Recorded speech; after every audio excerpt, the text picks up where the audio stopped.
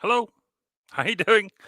How you doing? Had a bit of a glitch come up on my YouTube, so I had to cancel that broadcast and get another broadcast in at lastminute.com. So not quite sure what happened there.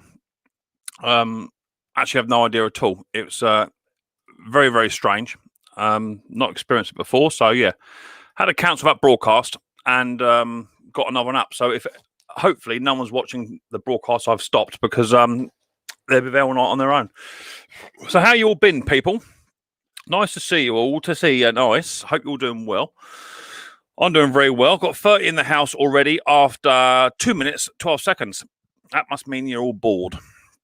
That must mean you're all bored and got nothing else to do indoors apart from just watch me, which is kind of cool. I do appreciate all the support that I get. Don't forget to give us a thumbs up on your way in. Be much appreciated.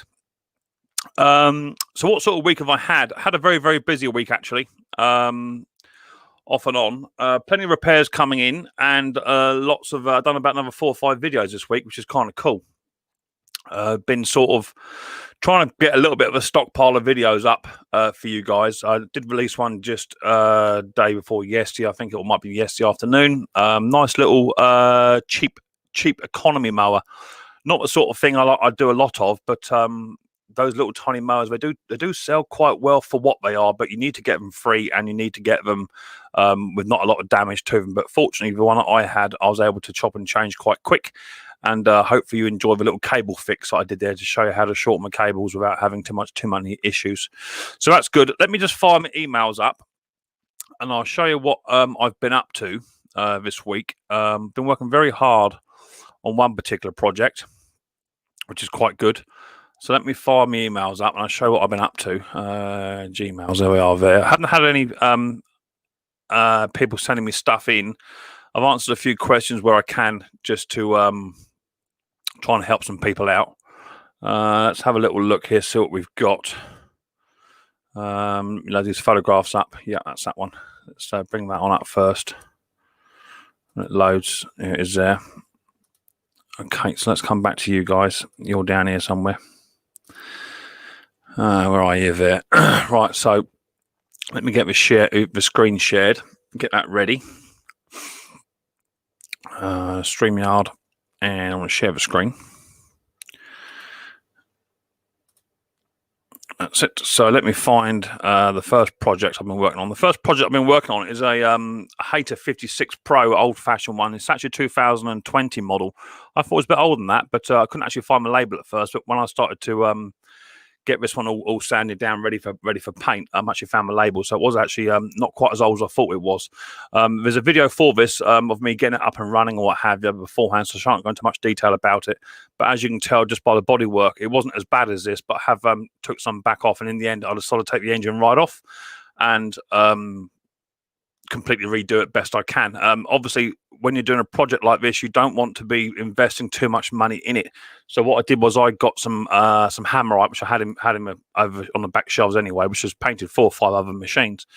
And for a very, very low price, I was able to transform this into a little bit more something like that. I know it's not the same color, but it's what it is. But I bought a new sticker for it and painted it all up, and that's now all done. All bar the handles, I need to do those and what have you. So that's what it looked like beforehand, and that's the finished project now. I've got to redo the grass box, got a few splits in it here and there, but nothing excessive. But overall, I think it looks 100 times better than what it did beforehand, and that's now up for sale, which is pretty cool. So quite like that little project I was doing. I did have some bits coming this week. Let me come back to you for repair, for service work repair, and this is off of a friend of mine who I service his kit regular. He's a professional lawn care guy, and I service his kit on a regular basis for him, just so it keeps his machines running. And he's bought in for me this week.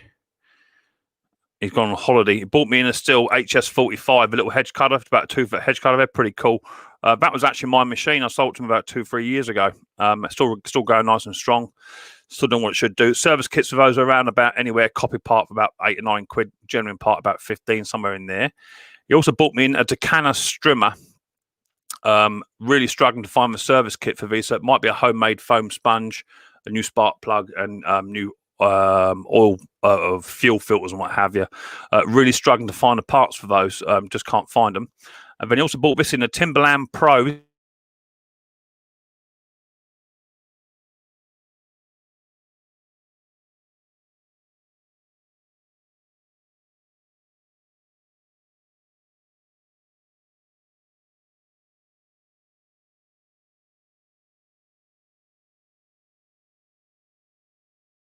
Free coming up. Pardon me, just had a big belch. Just haven't long had my dinner.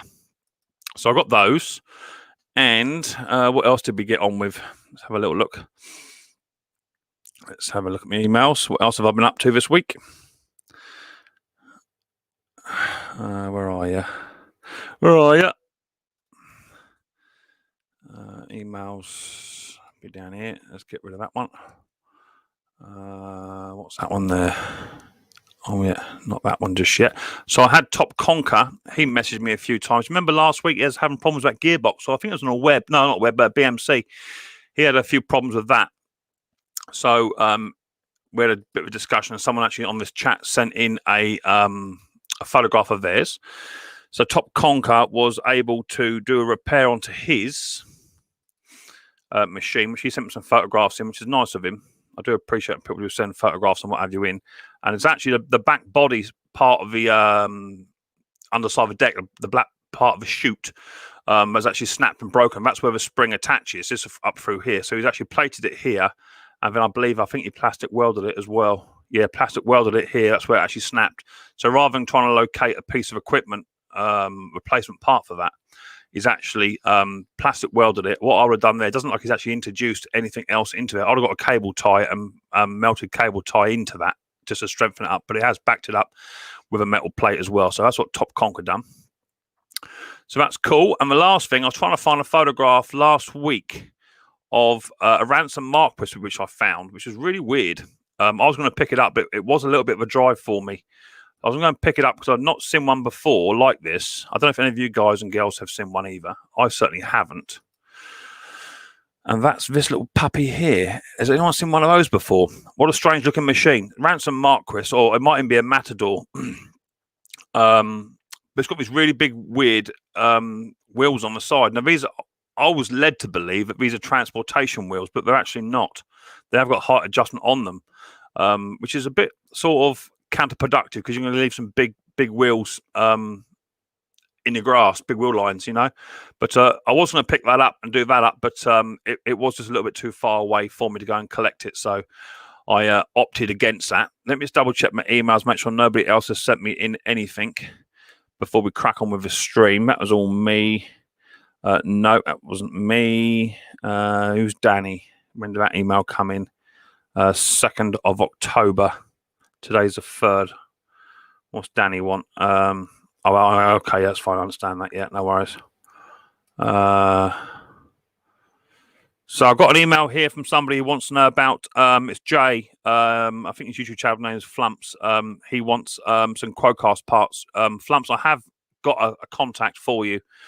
He's got a garage absolutely full of bits and pieces of Quocast parts. So feel free to get in contact with me. I'll try and find the email and pass it on down to you. So that's cool. Let's get my pop-up chat up and running. She's up there. I've got 54 of you in the house just after 10 minutes, which is absolutely fantastic. Let's have a little look, see who's actually in the chat. Trucking Matt, how you doing, mate? Nice to see you. Ash's also in the house. Thanks for popping on in. Sparky Boy, as we come in, can we give Mick a thumbs up? Much appreciated, Sparky. Edward Thomas in the house. Also, how you doing, Edward Thomas? Nice to see you. Missy Moo, how are you doing? Helen, how are you doing? Nice to see you. Just Jeff, how you doing, mate? Hope you're doing well. Ethion's also in the house. Mr. Cook's also in the house. How you doing? Nice to see you. All Tech's in the house. Scrap It Man's also in the house. It's going to jump on me. Yeah, it always does. Always jumps. I'll leave the chat right up the top. And it jumps on me. Scrap It Man's in the house. Tim Palmer. Hi, Mick. How you doing? Nice to see you, Tim. Thanks for popping on in. Andrew Throne's also in the house. It not working on my laptop, so switch to my PC. Fair enough, mate. No problem. Andrew Webb is also in the house. How you doing, Andrew? Nice to see you. Thanks for coming on in. Nice to see you. Jason Hughes, Tim Palmer, Andrew Frome. You're all chatting to each other, which is good to see. Helen Alltech. Harry, how you doing, boy? I need to get that call for you, Harry. I might even do it during the show, mate. If you get enough in the house, I'll bring the engine in and just strip it down, test it quickly for you, mate. Shouldn't be a problem. I believe the call is still on there. No problem at all. Astra, Jason, Tim Palmer, Flumps. How you doing, mate? Yeah, I've got a contact for you, Flumps, for those Crowcast parts. Just email me up again, just so I've got the email, and tell me what exactly it is you're actually after, mate. And when we go from there. Henry, how you doing, mate? Nice to see you. I'm doing well, mate. Thank you. Just had an absolutely banging Chinese. I'm on a diet, but do you know what? Just once a week or once every 2 weeks. It don't hurt. I don't have a massive Chinese, but it was banging. Lovely Chinese. I had a special chow mein with some chili, salt, and garlic chicken, and a couple of ribs. But I didn't even touch the ribs. They're in the fridge. I might have a nibble on them tomorrow, which is good. Finn's Sonic has been deleted. View deleted message. Hi, Mick. Okay. Deleted again. Hi, Mick. Deleted again. Hi, Mick. Deleted again. Hi, Mick. Why are we deleting this person then? They're saying hi, Mick, probably because I'm just not here. Lots of hi, Micks. And then Finn's was timed out by Jason. Okay, no worries. That's fine. Up to you. Phil's Lawn Care, hey, mate, nice to see you. Thanks for popping on in. Nice to see you. Missy Moo, you're chatting. Tim Palmer, Henry. Patty's Performance, how you doing? Nice to see you, Mr. or Mrs. Here you had a nice live stream with you guys earlier on today. Much appreciated. PK Inc., how you doing? Nice to see you. Thanks for popping on in. Mark Bowles is also in the house. Mick, talking of emails, you received mine. That's one about the Crowcast parts, right? I'm getting to it. I'm getting down the line, so I'll probably get to it. Mark, hi, Mick. Good day. To mow the grass. No, it ain't, mate. It's absolutely been shocking down here. I need to belch again. Pardon me. Tim Palmer, Pat's Performance, Mr. Froud. Oh, hi, Pete. Nice to see you, mate. Sorry, mate. Nice to see you. Nice to see you. Nice. You all chat to each other, which is nice to see. Mr. Hughes, Missy Moose. East Coast, hey, nice to see you, mate. Thanks for popping on in. Nice to see you. Got 60 in the house just after 13 minutes. Absolutely lovely numbers, which is nice to see. I think I'm getting there. Nice 2 strokes for you, Mick. Yeah, I don't mind the 2 strokes, mate. I don't mind the 2 strokes. Just don't ask Pete about 2 strokes. You don't like them. I don't mind them. Takana USA. Yeah, but not too bad. It's just the parts. That's the problem. It is the parts for them. UK Scrapper, how you doing? Nice to see you. Thanks for popping on in. Good job. Yeah, got you. Phil's. Did it freeze? Did what freeze? No, it didn't freeze. No. Welcome to Mick's stream. Please don't forget to press the thumbs up like button. Yeah, that's cool. Thank you very much. PK Inc. Tim Palmer, Scrapper, Scotty Daniels, Danny Turner, how you doing, mate? Thanks for popping on in. Mr. Matt Stubbington, how are you doing, sir? How are you doing? Hope you're doing well. Hope little Riley boy is doing well. It's been 2 weeks on a bounce now, Mr. Matt Stubbington. 2 weeks on a bounce you've been here. Good lad. You're all chatting. What was that? Scotty fell asleep somewhere. What was that? That jumped. Where it jumped? Where'd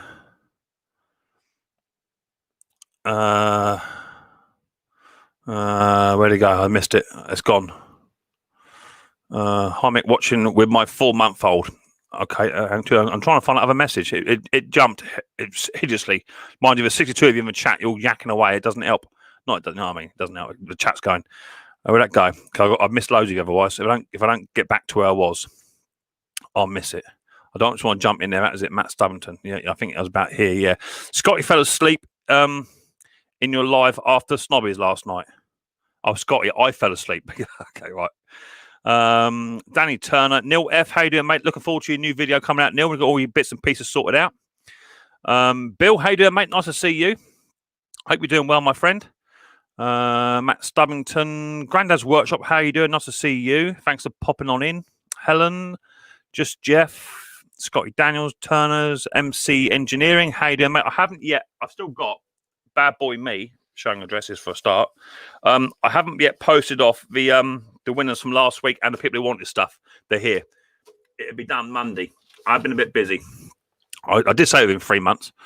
Partnest, how are you doing? Nice to see you. Thanks for popping on in. 6 hours, Scotty, Bill. Yeah, you'll get Mick. When can we join your live? Won't be long. I like to do a little bit of a chat first for about 15, 20 minutes, and then the madness starts.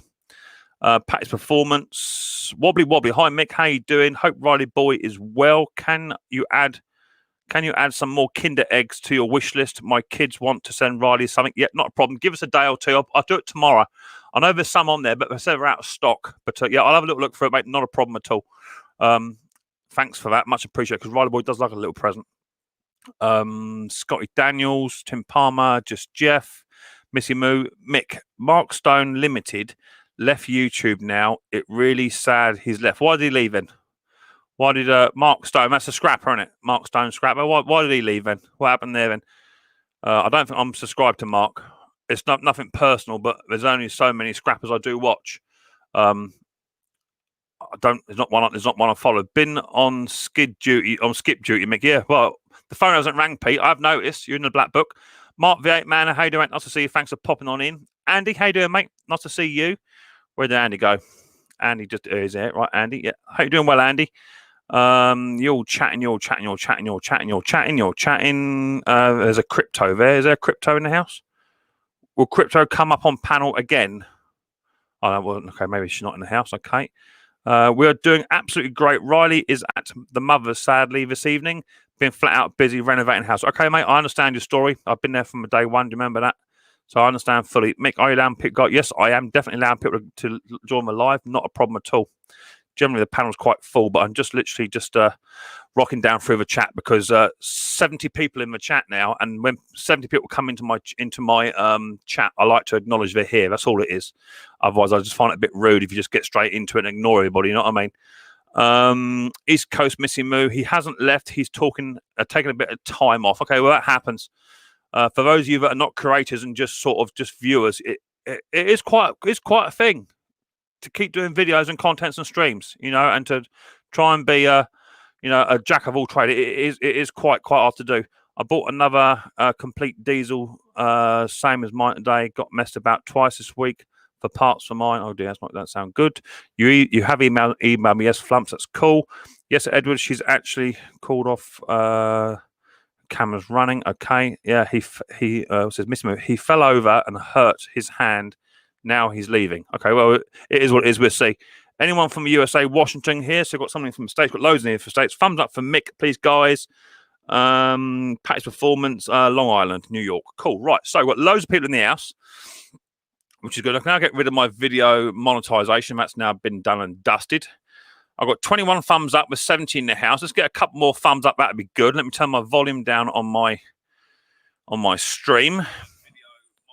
That's it. That's good. Right, I'm showing 40 thumbs up with 70 odd in the house. So let's squeeze another couple of you out just for a couple of thumbs up. It is nice to get up to around about 100 thumbs up within 24 hours. That helps towards the growth of my channel. One quick other thing. I don't think it's going to happen tonight. But I don't know about you guys, but I've been watching my numbers as it happened. Let's have a little look. It's thinking about it. No, it hasn't happened. I'm at 4,497 thumbs up. And if I was going to reach 500, I was going to do a giveaway tonight. But it doesn't look like it's going to happen. So the giveaway might have to wait till next couple of weeks, maybe. But we shall see. So, lots of hugs for Riley Boy. Yeah, definitely. Riley Boy's good as gold. He's actually in bed. He was sort of winging it anyway for sort of since 5 o'clock. He wanted the Chinese, went all the Chinese up. Chinese was ready at 5:30 when I picked it up. He's normally in bed by 6, and he was absolutely hanging. He was just sat at a chair, head back, noodle, and his eyes were dropping faster than his mouth was moving. So within about 15-20 minutes, he was gone.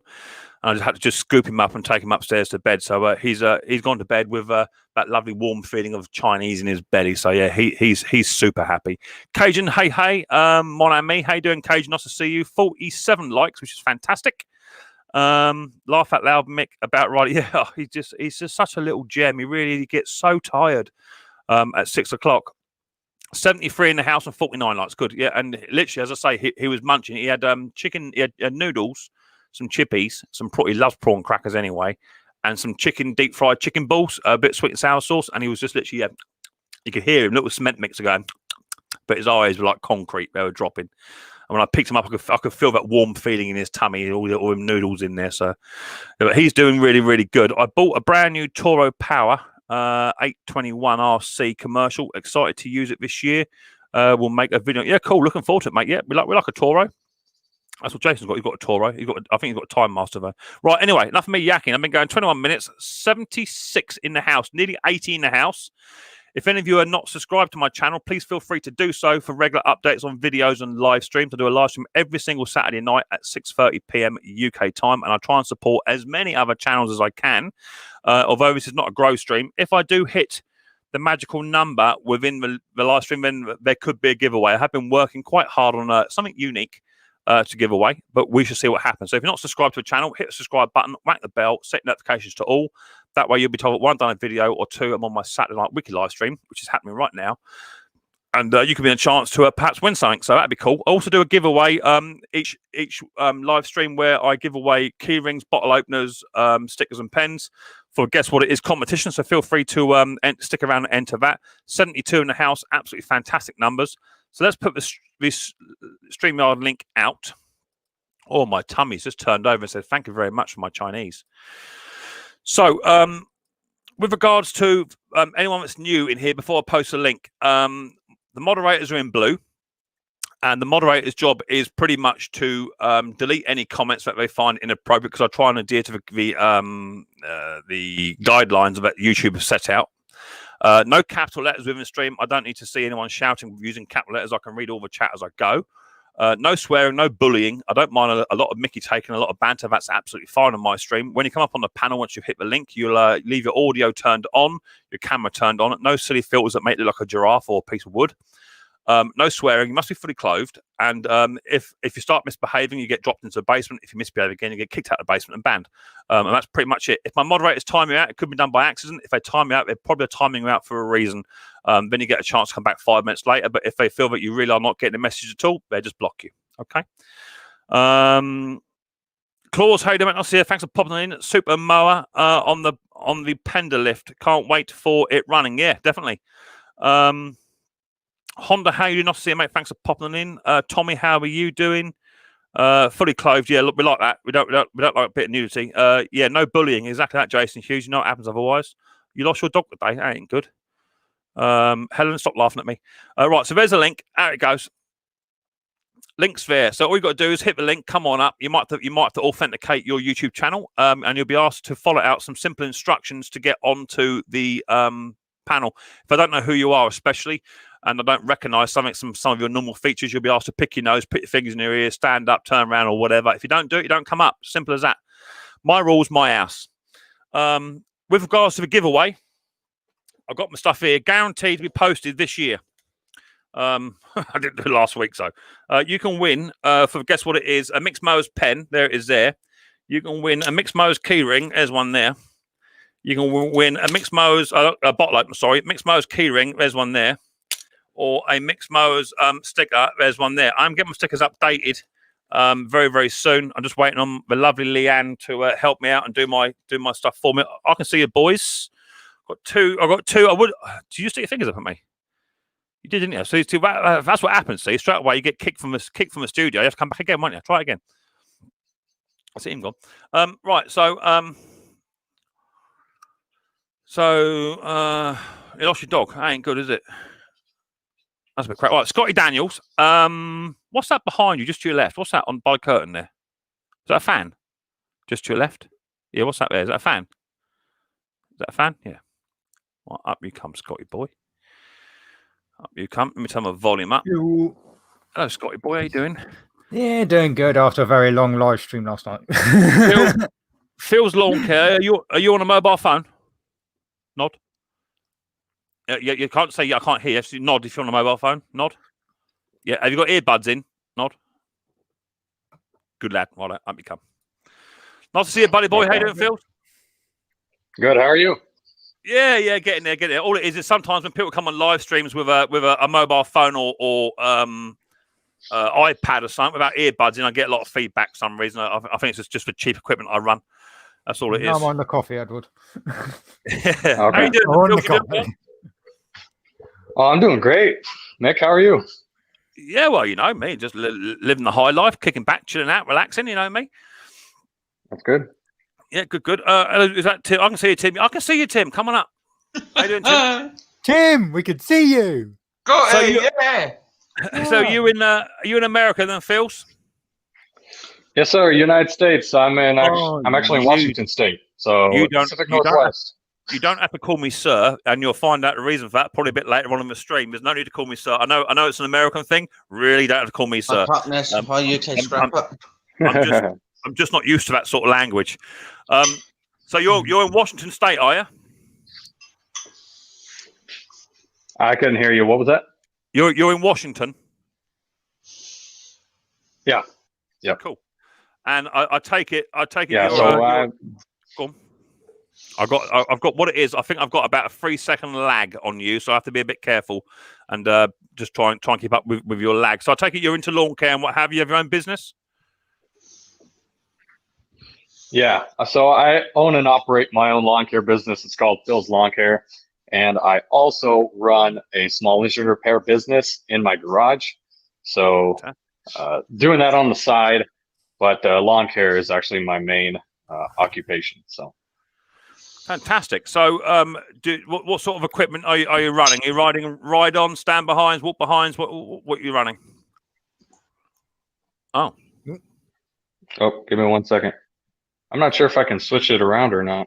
yeah, you can. You go down the bottom go down the bottom to where the cog is. Click the cog, and then it'll say mic, and then you go back, forward, back. Nope. Or you can just turn your phone around. That's the other way. Yeah, so let's do that. I'll show you guys my shop here. For the winter time, I'm running an Aaron's snowblower. It is a 1130 DLE, and it's actually got a few parts broken on it, but the snow is coming in like 3 months, so I have a little bit of time to repair it. This is the brand new 2020 Power Clear that I just bought. I don't know if you guys work on them over there where you're at, but it's a commercial 821 RC, brand new for this year.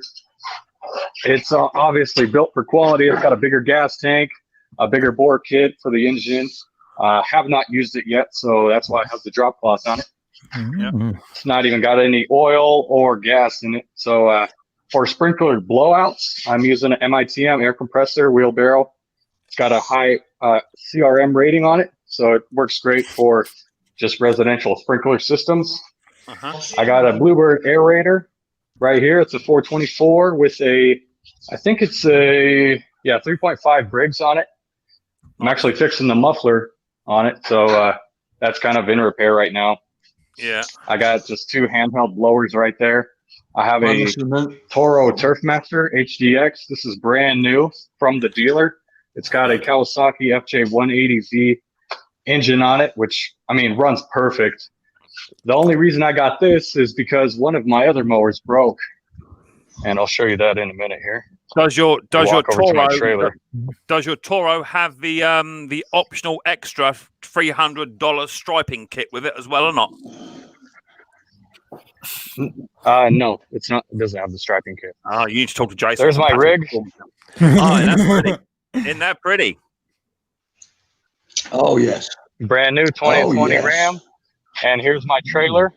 I don't have any wraps or anything on it, but you go inside here, you got all of my steel attachments, the safety vest. I got an HS56 for hedge trimming. I got a BR700 backpack blower. I got a BG86 handheld blower. I got my Raptor SDX. This is a 2019 model. It's Hustler brand. And it's got a Kawasaki FR691V engine on it. I'm also running a residential Toro. That's called the Time Master. It's a 30-inch. That one is a residential version, and then the commercial one. Whoa! So hang on. Whoa! So are you saying that you've got a Toro residential mower as well? Yes, sir. I got the residential one. That was my first one, and it actually broke on me. That's why I had to buy the commercial one. And nobody had the parts in stock where I needed. So I'm running like 50 lawns a week, and I need my equipment to operate fully. I can't have any breakdowns. And if I do, I repair it myself. But if I don't have access to parts, then I'm stuck for the week. I understand. I understand fully. But the last thing I'd want to do is actually probably get a Toro Time Master that's used just residential use only. The sort of cheap knockoff version of what you want to do. So no, I understand. No, that's cool. It looks like you've got a serious setup going on. Yeah, there's a serious setup. His trailer's bigger than I'll be honest with you guys. The residential one sometimes works a lot better than the commercial one, and I've had like 2 weeks on this mower right now, and it's stored away because I'm still grinding with my residential mower. Now the reason I'm doing that is because I don't want to put a lot of hours on this commercial unit.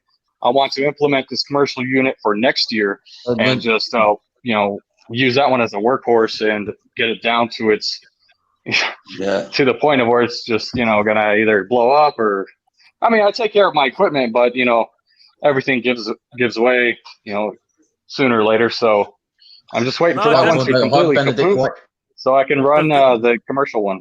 What's up with the time master? What broke on it? Hello, Ken. Say again. What broke on the time master? Jace, you are. I don't know whether I'm getting static from your beard or your microphone's playing up. Are you being serious? No, there you go. I think you had your hand. I think you had your hand in front of your face. That's what it was, buddy. Sorry, I lost you there.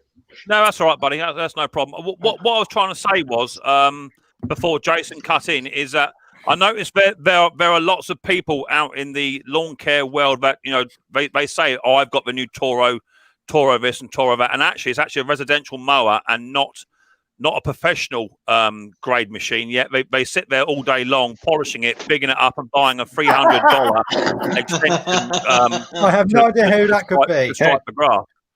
Let me show you what I started with. This is what I started with, and that's why it's back here. You didn't have the slightest who that could be that been talking about. I got this thing. A cold. Got that thing for free. Hey, you can't complain. Got it for free. It was like the plague. I live in the rich neighborhoods, bro.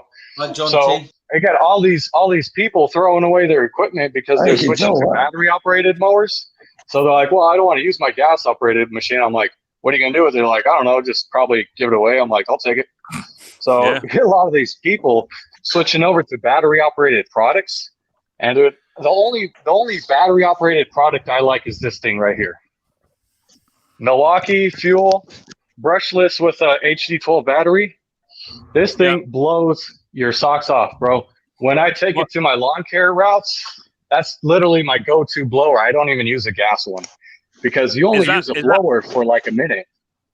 Is that because also I know that there are lots of regulations in the States now that are stopping people? Weren't you saying, Jason, just the other week about some kind of regulation with regard to blowers? That's California.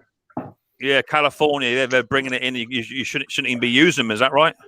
Because of the dry season over there, I feel like they got some emissions thing going on, but they want to get rid of gas operated equipment over there. That's why I live in Washington State. There's no regulations at all to what we can run here. So yeah, oh, that's pretty good. So what's up with your Time Master? What broke on it? That you the Time Master broke. It was the blade engage cable, so the blades wouldn't engage. Okay. And nobody, I called 8 dealers in my city, and nobody had that cable. I looked on Amazon, and I mean, they could say they could ship it in like a week, but dude, I had lawns to mow, so yeah. Yeah, I figure if I was to run a Time Master, commercially, I would definitely have spare cables, belt, and a transmission.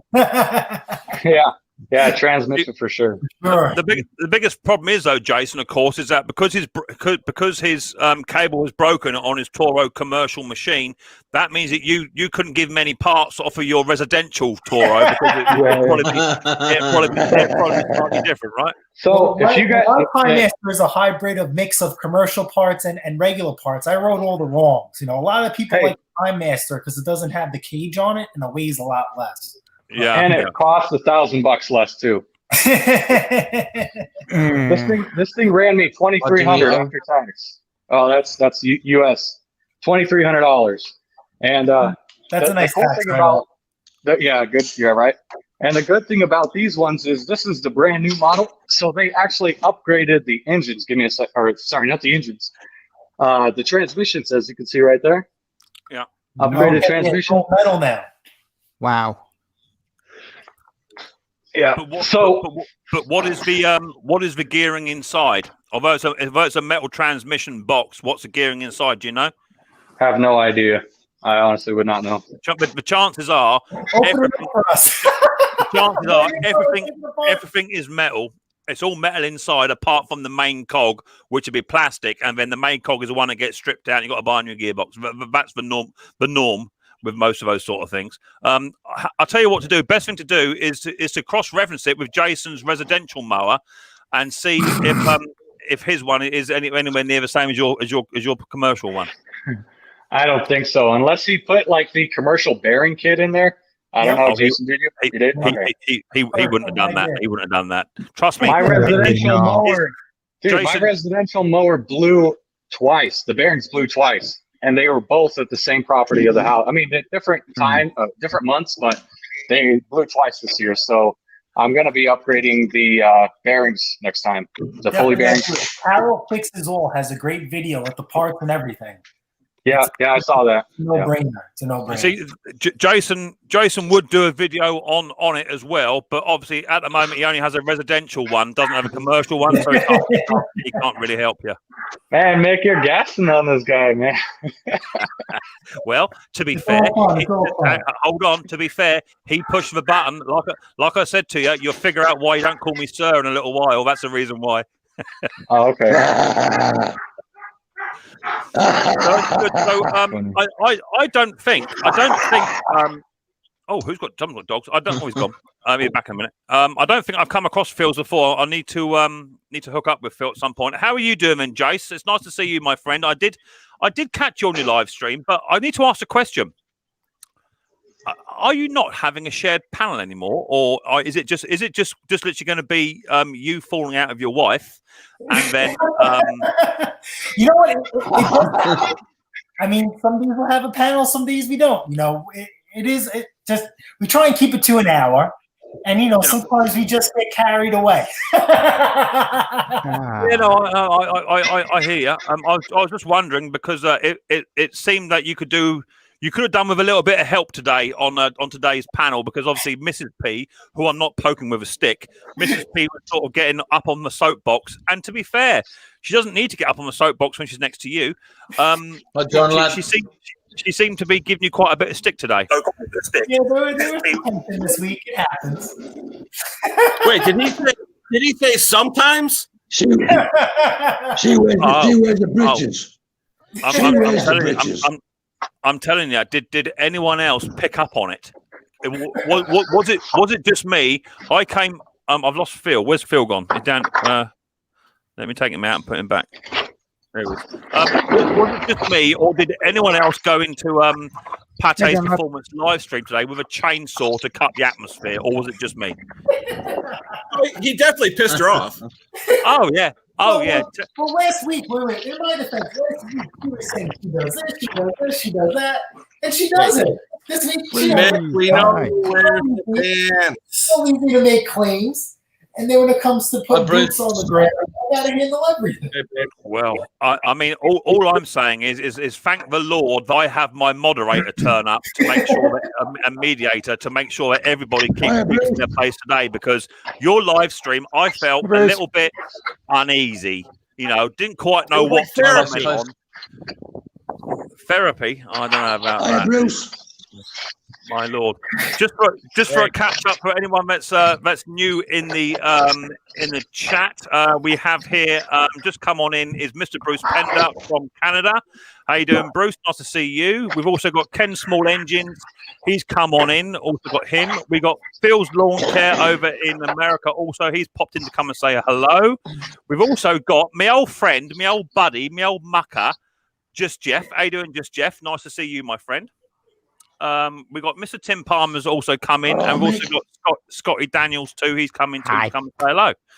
Oh, hello. Who's that? Oh, right. Anyway, so yeah, great stream today, Jason. Really enjoyed myself. Quite a hi. How you doing? There we yeah, go. I'm here because Bruce is here. You know what? I gotta jump right in. You know those pants that you can't see when I'm on the concrete? I bent over it. I bent over it. I took the rear end out of them, so you don't have to worry. I have all I have left now is jeans. Are you wearing those now? Yes. Will you be? Are they the same trousers, Bruce? That you spent about an hour and a half last year doing the button on them. Yeah. I riveted the new button on them. Yeah. And for those that didn't watch the video, after Bruce has spent about 20 minutes redoing the button on his trousers, he found out he actually put the button on the inside, not the outside.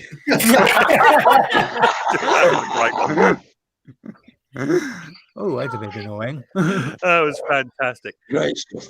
How are you doing, Bruce, my friend? Are you doing well? Yes, Mrs. P and I just got home from a 4-day vacation to the mountains, the Rocky Mountains, in a hot pool. It was wonderful. Wow. It was very, very careful. You know, you had to wear a mask everywhere but the table you sat at, in the hallways, public places. But it was still really lovely. We got to lay in the hot pools. I didn't realize my hands were so tired. It felt so nice to just set them in that sulfury water and soak. It was great. I tend to get the same sensation, Bruce, with what you're saying about relaxing in sulfur pools. You know, that's what I get the same sensation when I cover my hands in carburetor spray. Same feeling. Well, I do that. Actually, well, it's nice to see you. I did hear on I think it was on Twitter. They're putting in some restrictions down your way. Is that right, Bruce? No, we're doing pretty good.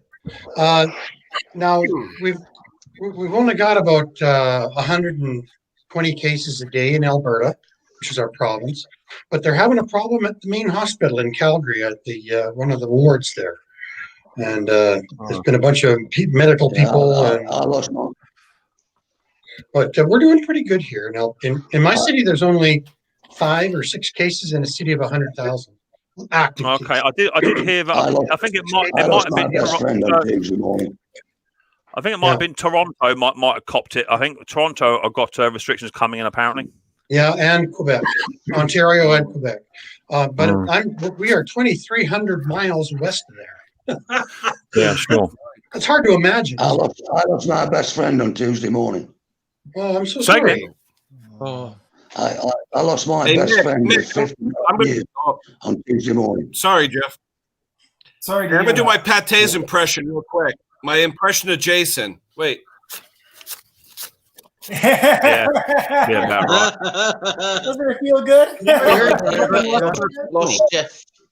We heard you, Jeff. So yeah. So what was the what was the score there then, Jeff? What was that all about? He caught COVID. He did, eh?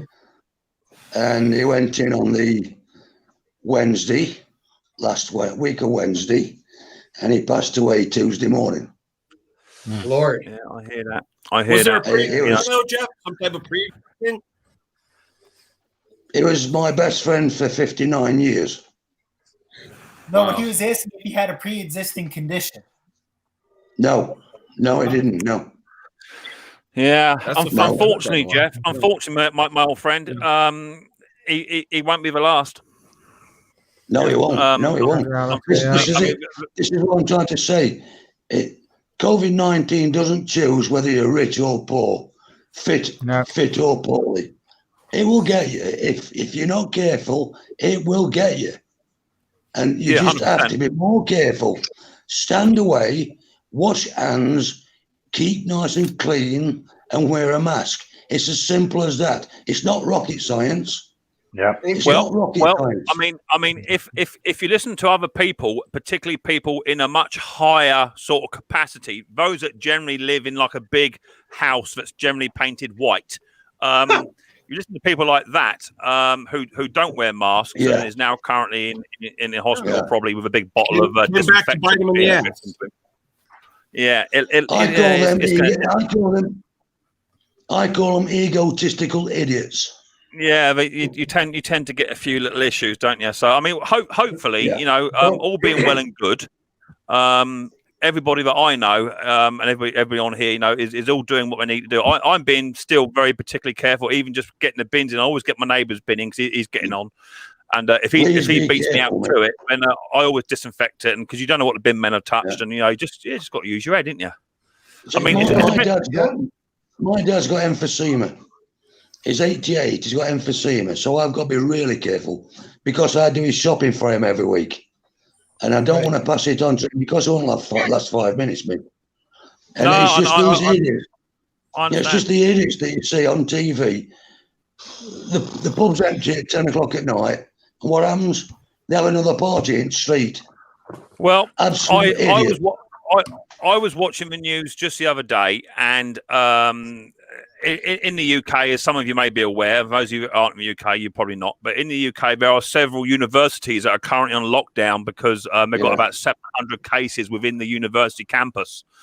And they had a couple of young people on the TV, and they were sort of saying, "Oh, this is against our human rights, and we're entitled to the university experience of going out and socialising, and we shouldn't be locked down for 2 weeks, this, that, and the other." And the next screen was an oldest gentleman, around about 89, 90 years old, and he said he spent 4.5 years in a trench up to his knees in water.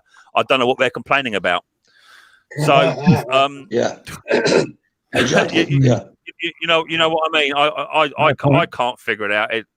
It baffles me. I know that we have a gentleman actually in the chat at the moment. He's had it possibly even twice. They are Mr. Mark the 8 Man. He actually was diagnosed pretty much with it on my live stream going back some. He had a temperature of about 400 degrees, which was kind of cool. He looked a little bit pasty. And I know that Harry is on lockdown down his way. I believe that they're locking down in certain areas of the UK, left, right, centre. But the South Coast seem to be doing okay. I think it's got something to do with the salt water we chuck at each other every day. I think it's got something to do with that. We seem to be doing okay. It's really weird. So, I'm in a city of 100,000 people, and on either side of us, 90 miles away, are cities of 1 million.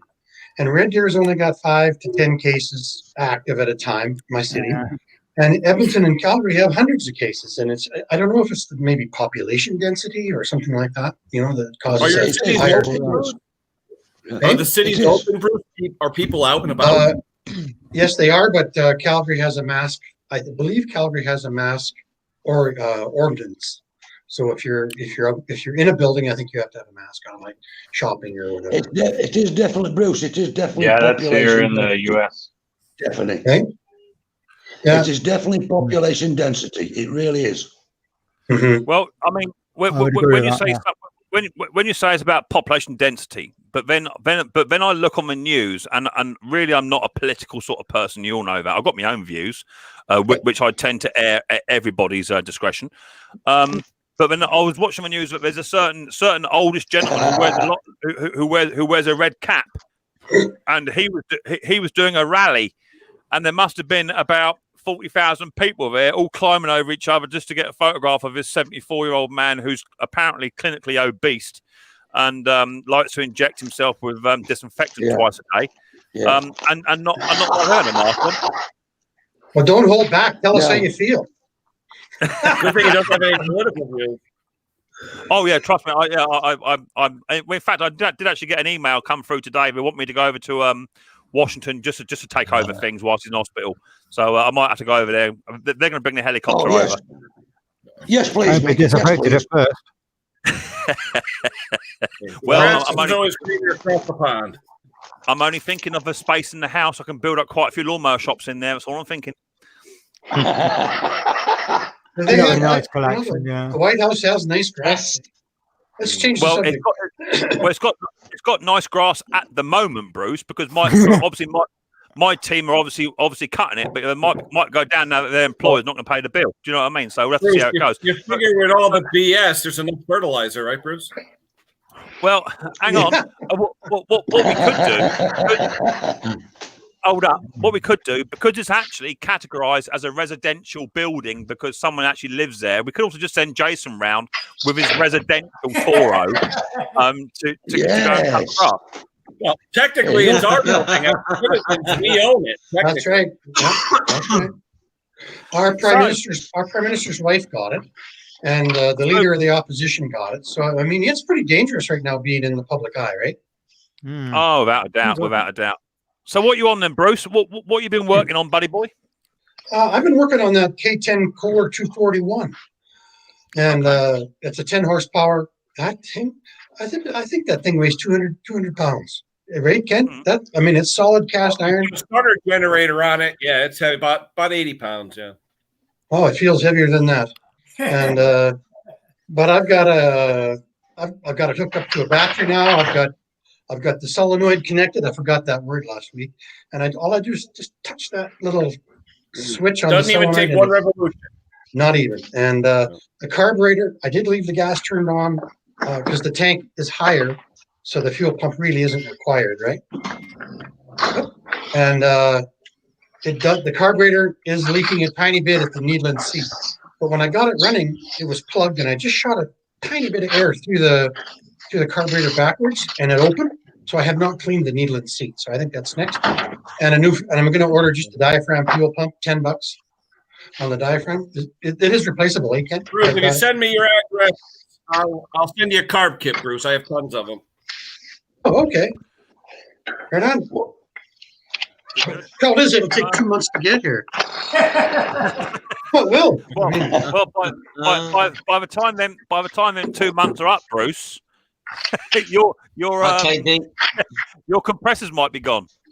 They're gone. Well, sorry guys, you might hear some noise right now. Boy, that ain't coming off. No problem, Phil. Phil's what I do, mate. I'll just put you on mute while you're mucking about. Give us a thumbs up when you're ready. And I have 2 identical carburetors, Ken. A friend of mine is a small tractor crazy guy, and I went. He has a real boneyard out on a farm, and I went up to his place and I got another exact carburetor with the little arm for the governor and the whole thing on it. And I am going to try that. Well, first I'm going to run them through the the ultrasonic cleaner. See how I make it. Should be a Carter Model N with the number 26 molded into the Venturi. Wow. I know you know them. Very well. So, wow. So Ken, what have you been on? Obviously, you just got a massive wad of cash there. Obviously, the wad of cash is actually taller than Jason. I didn't want to say that out loud. I just did. So what have you been working on, Ken? And have you actually washed that money before you took hold of it? Nah, but I'll wash it later. I washed my hands, just washed my hands. But anyway, today was a lot of electrical stuff.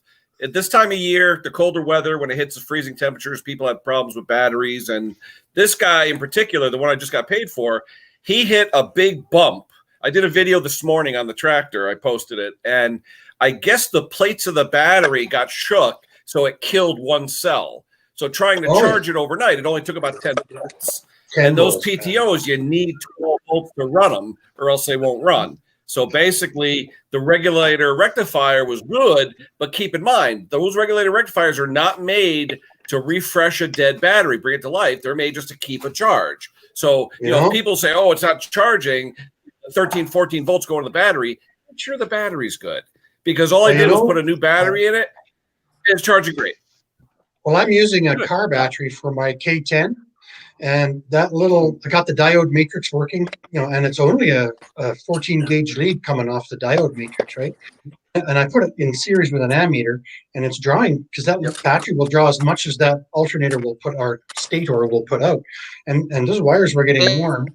I should actually be using a tractor battery, not a car battery, because the car battery will suck as much as that stator will put out. Oh, yeah. Easy. Yeah. Don't use too big a battery. That's For those of you that haven't got you can hear you, Jeff. Yeah, hear loud and clear, buddy.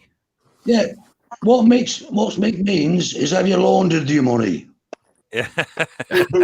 As I I'm know. reading I didn't say that. I didn't say that in so much words, but I would like to welcome to the live stream Mr. Dick, otherwise known as Arthur Shelby. Hey, you're right. Hey, Mick. Hi, Mick. Hello, everyone. Is that a razor blade under your cap? Is it what, right? Is that a razor blade under your cap? Not guilty, sir. Not guilty. You got your wrenches nicely laid out behind you. That looks good. Oh, Yes, thank you, Bruce. Thank you. Actually, we didn't check that. Hang on 2 seconds. Phil, so you there, buddy? Nice to Phil, see can you, you hear me? Phil, He just walked Phil. away. Hear you. Hang on, let's get him. I hear you. He's Phil, always busy. Is there any chance we can have a little look in your toolbox? It's only because I like to keep my tools absolutely arranged as they should be. Just want to have a little look at your toolbox, mate, please. Either this is going to be Okay. good or this is going to hurt Dick. Let me start with if you want to in depth, go ahead and watch my video. I have it on my channel, but I'll go ahead and show you. That's It's a Husky 36-inch. Oh, All my tools. that's approval from Dick there. Oh yeah. Is it that's not regimental enough for you, Dick? Very good. regimental. Okay, let's. Look at Let's how you got all your. You got your Oh, hair. No. Can you open that? That is so organised. That's not a way. Can you open that? Can you open that? I got to step in. No. Please say the other was messy. That's not a way. Okay, come on. No. Oh, no. Okay, you'll love this one. You'll love this one. Oh, Oh, so No way. No way. So, No. okay. It's not happening. I've approved it. I can't see now. No. Come on. Down. What happened there? Mick. is there Actually, any- I'll so show what- you my what- price. I'll show you what- my what price is- possession. Okay. All right. So, is there anything You guys different will about love this? You guys will love this one. This is the steel Oh, vacuum dear. pressure vacuum test. Tip it up now to chuck it out. It's one question. I wonder No. What was that? So, okay. Is there anything special about that? As well as the fact that it's Friday. Whoa, It's a steel. I did Steel, notice it's a in the steel first. and I a did gear. notice- no, I figured I mine noticed- is floppy because I don't have enough room. I did notice What in the was that? first I drawer have to look for that everything. no, I did notice in the first drawer that stubby 3/8 was a little crooked. Whoa. Let me go fix Get it. the transit. Sharp boy. Sharp boy. Nice one. Well, I haven't even showed you my socket drawer. Come on, guys. Oh, Wait look, up. do you know what, Phil? Do you know what, Phil? I Oh, personally think No, I've don't. seen enough. Come on. Seen enough. Oh, that's a beautiful. Come on. No. If you don't get organized Pretty in your boy. your business will never succeed. That's Oh. right. That's not a way, Joe. Hey, And you know what? hey. If once I Yeah, got time to get organized. That's I got why. it. That's a That's show. why. For the fun of it, was where on That's earth did why I I put can that afford. tool? That's why I can afford that beauty right there. that's right. Yeah. That's a show, Joe. I'm on it. When you get it to that position, when you get your stuff that clean, it only takes 15 minutes at the end of a rough day to put it all back and wipe it down. It does not take long. And when you're in that spot, it does right. Wipe it down. Yeah. No, I Wipe it agree. down. I agree. You know where exactly where Sorry, everything is no, at. why- Hey, he's telling you to check Messenger. And I'm guilty. I know, Takes mate, hours I know. to go back Yeah, together. wipe it down. Yeah, For God's sure. sake. Hey Mick, Mick, where's your 10 millimeter? Where's your 10 millimeter? Wipe it down. Oh, my good God. Oh, Jesus Christ. Hey, if you can't find it, buy 2 more. Okay. Hold up. Phil just said something to me. What did you say, Phil? I said, Mick, where's your 10 millimeter? Now, bearing in mind, I work in the same as you. Let me go and get it. It's a runaway. It's a runaway. You won't find it.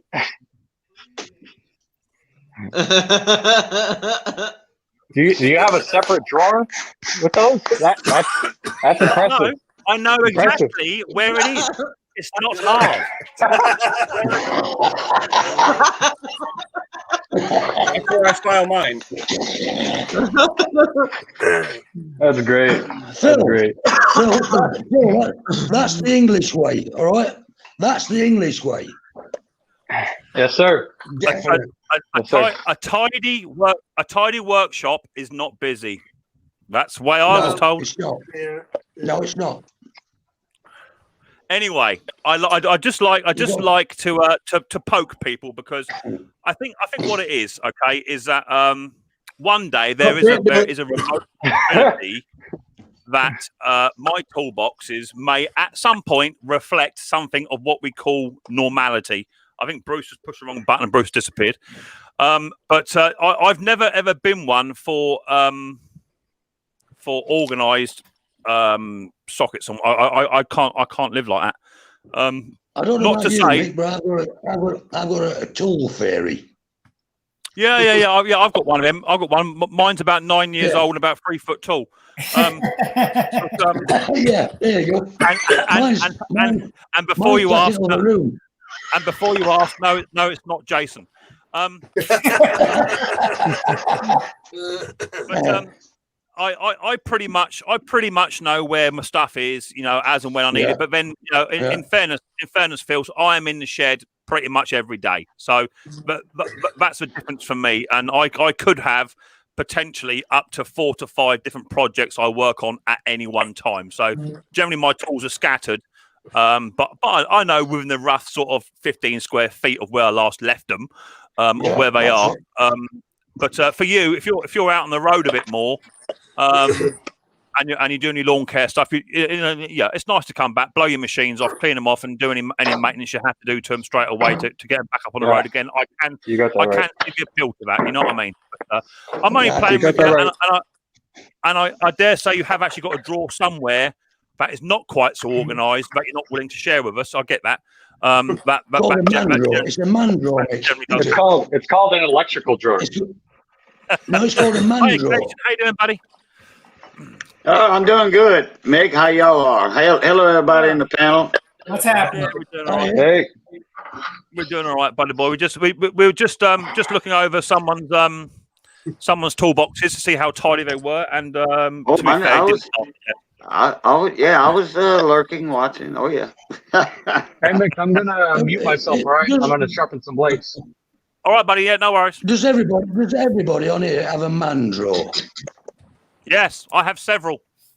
A man drawer? Do you have a man drawer? My two toolboxes are a mess. What's Yeah, that? I have several man drawers. A man drawer, for those that are not familiar, a man drawer is not a UK thing. Every man has one, and it's a drawer where you could possibly find pretty much anything to fix anything. I've got one just here. Here's a man drawer. Let me show you my little man drawer just here. Here's a man drawer. This is a man drawer. This little man drawer has got everything in it that I could ever need to survive out in the wild. It's got body filler in it, multimeter, spare camera. It's got whatever that is. It got some. You got to have batteries, right, for a man drawer. You got to have batteries. Absolutely. Got to have batteries. Bit of wire. The odd. Oh, what's that? Oh dear. Torch plug. Oh dear. Torch spark plug. Well, it's like I throw that in the bin. Oh my god! So I had on my YouTube channel somebody commented on one of my videos about a Troy-Bilt TB110, and every symptom he was telling me led to a carburetor, and it ended up being a torch plug. It actually ran on a torch plug and died, and then as soon as he swapped out the plug, things stayed running. I couldn't believe it. I felt bad. I really don't want to comment on that. The fact that the torch plug was able to fire an engine, I think that was pretty much its last rites had been read to it, and that was its last sort of its last meal. Yeah, I got to keep that in mind because I really, just because I do mostly buying and selling, I don't hold on to the machines long term. I don't see a lot of issues with these torch plugs. I was like, oh man. I almost sent this guy on a wild goose chase. Oh no way! Come on. Organised. It's organised chaos. That's exactly what it is. It's organised chaos. Wonderful. We lose we Bruce, have a scrapyard of old mowers. Let me know. David Spencer, give me an email, David, please, mate. Give me an email over to you. Hang on, mate, 2 seconds. Email's there, mate. Give me an email, David. Always worth knowing someone's got a lawnmower scrapyard. Say again, Ken. Did we lose Bruce? Yeah, I think Bruce. The last I saw Bruce, he was bending over to either pick something up or do something, and then he just fell off the planet. I had no idea what happened to him. he was there, then he disappeared. He's probably just found a half-inch extension bar that is in the front room, and he needs to go and put it in the toolbox. in his man drawer.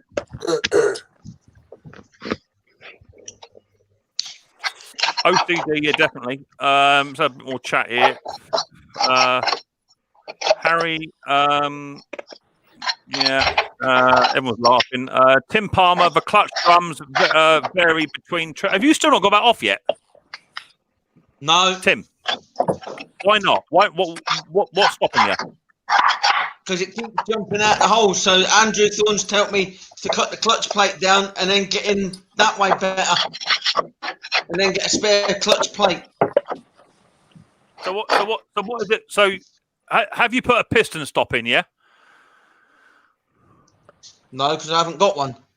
Well, just get a piece of pull cord. Yeah, a piece of pull cord. Tie a little knot on the end of it, and then just take your spark plug out and take HCL spark plug out, right, and then get a piece of pull cord about a foot long, and just wedge the pull cord in. Keep wedging it in the piston in the cylinder. Keep wedging it in. Don't use a screwdriver. Just keep wedging it in, and then when there's enough pull cord inside the cylinder, you won't be able to pull the piston, and that will then trap the clutch. Right. Once the clutch is then trapped, you can then get a decent screwdriver on that or Torx bit, whatever it is that's holding it in there, and undo it. Right. Yeah, but if you don't put a piston stop in there of some description, mate, you'll never hold it. It's simple as that. Yeah, yes, just Jeff. I've got a Briggs and Stratton 5 horsepower, and it's got a pulley on it, a double pulley, right? That I need, as you know, in my project. And do you have any tricks to get these off? Because they're really, really tough. It's an old engine. So all I will say to you is the best method that I've come across for getting them off is a puller and some heat. Yeah, I've got one. Get some heat on it, and I'm not talking about a blow lamp. The best thing to do is to get a map gas blow torch, okay? Because it gets it nice and hot. A map gas blow torch will not get anything cherry red. It won't get it so hot. It just really put some good heat into it. You don't want to make it sweat. Heat it up. Back on the fags, Mick. Yeah, a little bit. Heat it up before you put the puller on, and then attach your puller, and then heat it back up again. Because by the time you put your puller on, it starts to cool down. As it's cooling down, get some carburetor spray, brake cleaner, WD-40, and hit it when it's at its hottest point. That way, the fluid should be drawn inside the threads as it cools down. Then put your puller on, heat it back up again, and then take it off with a puller, and it should come off like butter. Is it called map gas? MAP? Yeah. Here, look, show you. Go on. See you later, Jason. Map gas. Pate. The difference between this and a blow lamp, Jeff, is 100%. When you use one of these, as I say, this will not get it so hot, but you don't want it to start to sweat, because if you start to sweat it, then you'll start to deform it. But the map gas, once it's done up, a bit stinky. Where are we? That is stinky. The map gas blow torch itself has a much higher density flame. Oh, I see. Okay, it's what plumbers use. Plumbers use them. and you'll find that once you heat it up once and get it to its hottest, that's when I would then hit it with some carburetor cleaner, or I find WD-40 works quite well because the pulley will be larger than the shaft, and as soon as you hit it when it's at its hottest with WD-40, it will draw it just like soldering up a copper pipe. It will draw it into the point, and then you should be able to retrieve it. Yeah. Try that. Thank you, mate. Thank you. Any other suggestions? Any other suggestions how to get a pulley off? Because they can be pigs. Oh, you flywheel? You explained it. Nice and easy. No, it's a double pulley. So effectively, it's a blade boss pulley, but it's on a rotor. Use the a muffler chisel gun. You know, the vibratory for the muffler chisel with a blunt tip, and you hold that on the end of the crankshaft, and it'll walk its way off with your hand. It's on a rototiller, Ken. So it's a bit of a different action. There's a bit of a gap between the block and the pulley. So to do it with an air hat subscription, if you can hit the end of the crankshaft, you can walk right off.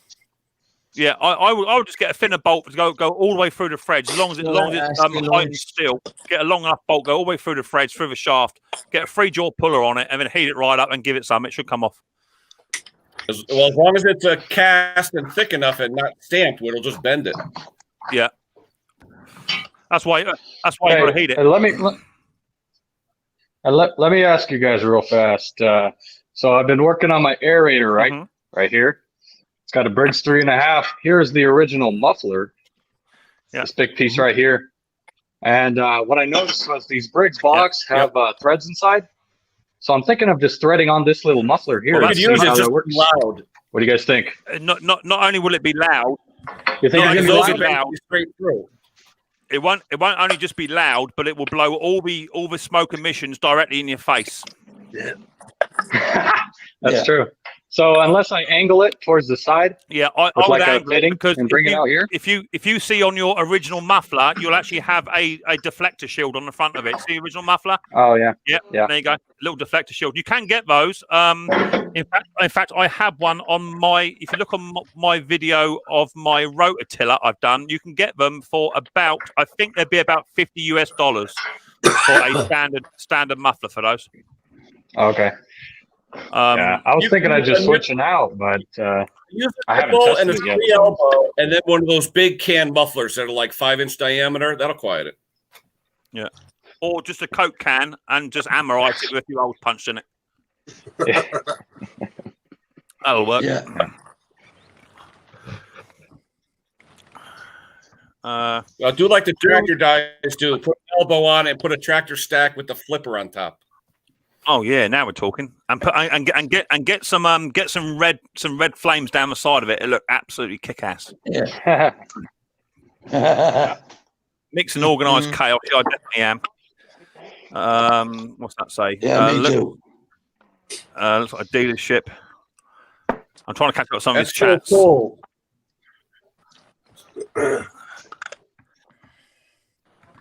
I'll have to move out the way. How about a game? Oh, Bruce, is Bruce down there? No, he's gone. Yeah, Bruce says you'll have to move a carb out of the way for the hot muffler with an elbow. Yeah, you can. That's what I was thinking. You can just get those standard mufflers for it. You can get them. I think I paid for my tiller. I think I paid. I think I paid about £45, which would be about $55, $58, $50 somewhere in there. To do that. Yeah, but, I don't mind installing this muffler back on. I was just thinking of some alternatives, but so what's the reason why the muffler's off? What's the reason? Oh, the bolt snapped. So I had to rethread one of the bolts, chase it down. Yeah. And we do that. Now I have to go and find some new exhaust bolts, same length. Yeah, so. Would you go from quarter to 5/16? No, it's straight. So the stud broke from the muffler exhaust bolts inside, so I had to drill it out slowly and then chase it with a 1/4-inch drill and tap. Yeah. So this drill bit that I have, yeah. Well, here, let me show you. So yeah, let's have a game. here it is right here. So it's a 1/4 by 20. All nice indeed. That's what I've been using. Yeah, quarter. These are actually hard. Yeah. So that's what I used, and now I just need to find some longer bolts if I'm gonna, or the same bolts if I'm gonna reinstall the original muffler. Yeah, because those originally had the shoulder bolts, right? Yeah. Yeah. Well, Yeah. So they have a wider outside. Yep. Yeah, shoulder bolts. Briggs sells those shoulder bolts in different lengths. Yeah, and also I may add they're quite pricey too, just for them. They are. Yep. That's why you have a stockpile of parts. Yeah, exactly that. I know when I did my tiller video, I don't think it was 110% the right one for it, because I had to modify it ever so slightly. And the bolts they gave me were incorrect, so I had to do a bit of modification on that as well. But it's something you can overcome. But if you're going to put that little B can on the back of it, yeah, just make sure it's not pointed out to your face, because if you're aerating a lawn, and it's a good sized lawn, you'd be breathing that stuff in for a little while. So you could possibly just put another little bit of tin on it, just to shoot it off somewhere else. You know, it's no biggie. You can get around it, can't you? Oh yeah, definitely. So that's just like a work in progress now. So I really just need to find those bolts, because I found some, but they were shorter. Hey, and I thought I could make the shorter ones work. But I don't know your capability, Phil, but if you want to get adventurous, cut the end off that shoulder bolt where it broke, drill and tap it for a set screw, and just get a long 1/4 20 set screw, whatever you need. Yeah. So here, yeah, I could do that. Here's one that'll. Here's the original. And then here's the one I try to pick up and try to thread on, but it only threads like one thread on, and that's it. You know, maximize out. So I just need to find ones that are a little bit, you know, that length. But where I went, the dealer didn't have it, so kind of stuck at the moment. It's always a way. Get a piece of copper pipe that's the same diameter of the exhaust, and on a bend. Like, it's got a bend on it. A copper pipe with a bend on it. It's the same diameter as the exhaust on the exhaust, and wedge it in with some like fire gum or something like that. Just wedge it in with fire gum. Yeah. So and that'll you're thinking like exhaust away from you. Yeah, I could do that. I mean, I could do that, and then just on the new one. throw a sleeve in there, and what is the diameter? What's the diameter of the donor exhaust versus the diameter of the inside of the deflector? What I'm trying to say is, will the deflector fit over the top with a bit of engineering? Will the deflector on the original exhaust fit over the top of the B one? Yeah. No. Oh, look at the length difference. Or get a sleeve. Or make.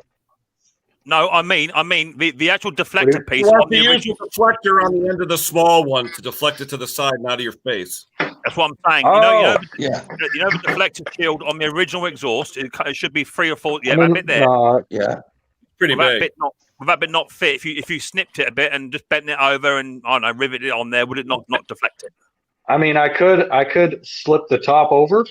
And then hammer down these sides and use the little screws. That's what I'm thinking.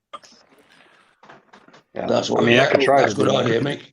Or just put a piece of copper tubing in the hole and bend it at a 90-degree copper fitting. You know, like a street elbow or something. That's it. Straight elbow. That's what I'm thinking. Yeah. What happens is I'm a little bit like Cajun. These funny thoughts just come into my head, and I have to say what I see. And to me, that's an obvious sort of fix. That deflector shield might just go over top of that muffler. You might have to engineer it just to bend it down or whatever, and away it goes. Yeah. You're still dealing with the carb right here. That's the thing. You're still dealing with the carb. So you still have to angle it. Use like an L right here or a 45, so that the exhaust will go here, and then you can do the little modification. But like Bruce said, you got to watch out for the carb. Take the carb off, put a 45-degree street elbow, and then just put a little nipple and one of the big pepper pot mufflers. That'll work. What is actually wrong with the whole muffler?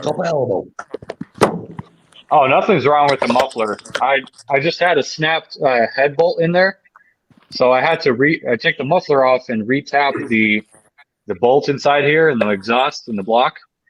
And so now I was trying to fish out some exhaust bolts that were long enough because mine snapped, and nobody seemed to have the right size. So I'm going to have to get a parts list and order threaded rod and a couple of nuts and washers. That's all. As long as it's on there. Yeah. Well, that's what I was thinking. Yeah. Yeah. I mean, as long as you got pressure on it, you're good. Yeah. Remember, that's Briggs actually a good idea. tabs to keep the nuts from loosening. So do something like that with a washer, like a tab washer. That's all. See what you could do is just cable tie a spanner to your aerator, and after every time you just pull it up. Is that something complicated? Hey? You've been hanging around Concord too long, Nick. Look, you lot. Sometimes this is just what we have to do to get jobs done. Yeah. Yeah. Of course, I don't have a quarter inch. Welcome back, Bruce. Where did you go? The last I saw you were bending over. I mean, I'm being punished because I was showing off my tools, and I think I lost my internet connection. Well, you see, now let that be a lesson for everybody.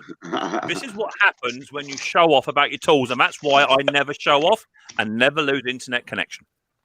I was twisting the laptop. I see you bent over when it all went pear-shaped, Bruce. Yeah, that happens. So, where did what are you doing, Dick? You haven't said nothing. You haven't moved since you were there about 15 minutes ago. What are you doing? What are you hiding behind there? That's a kind of a franchise WD-40. WD-40. WD-40. Water displacement product. Yeah. It's not a lubricant. I use that or GT85. Yeah, but that's also a water displacement fluid. Yes, Good for cleaning carburetors, though, isn't it, Dick? Yeah. Well, I also use the. I know you're not a fan.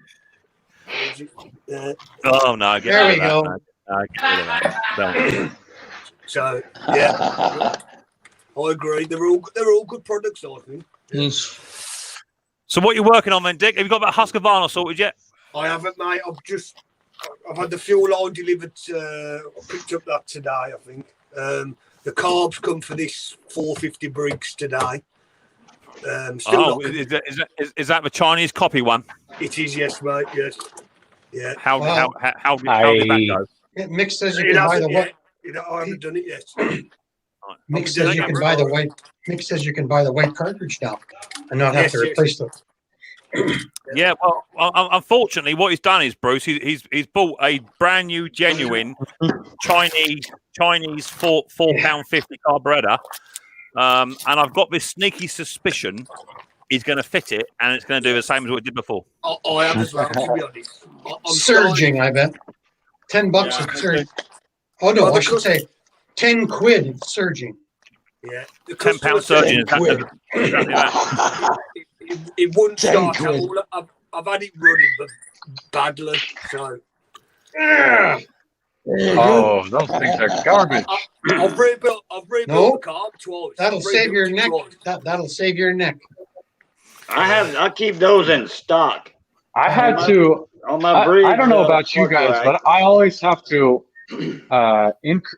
drill out one of those bores because they're too small. I feel like every time I've drilled them out, they've gone floody on me. So they go from exactly that, Bruce. They tend to run like their own choke.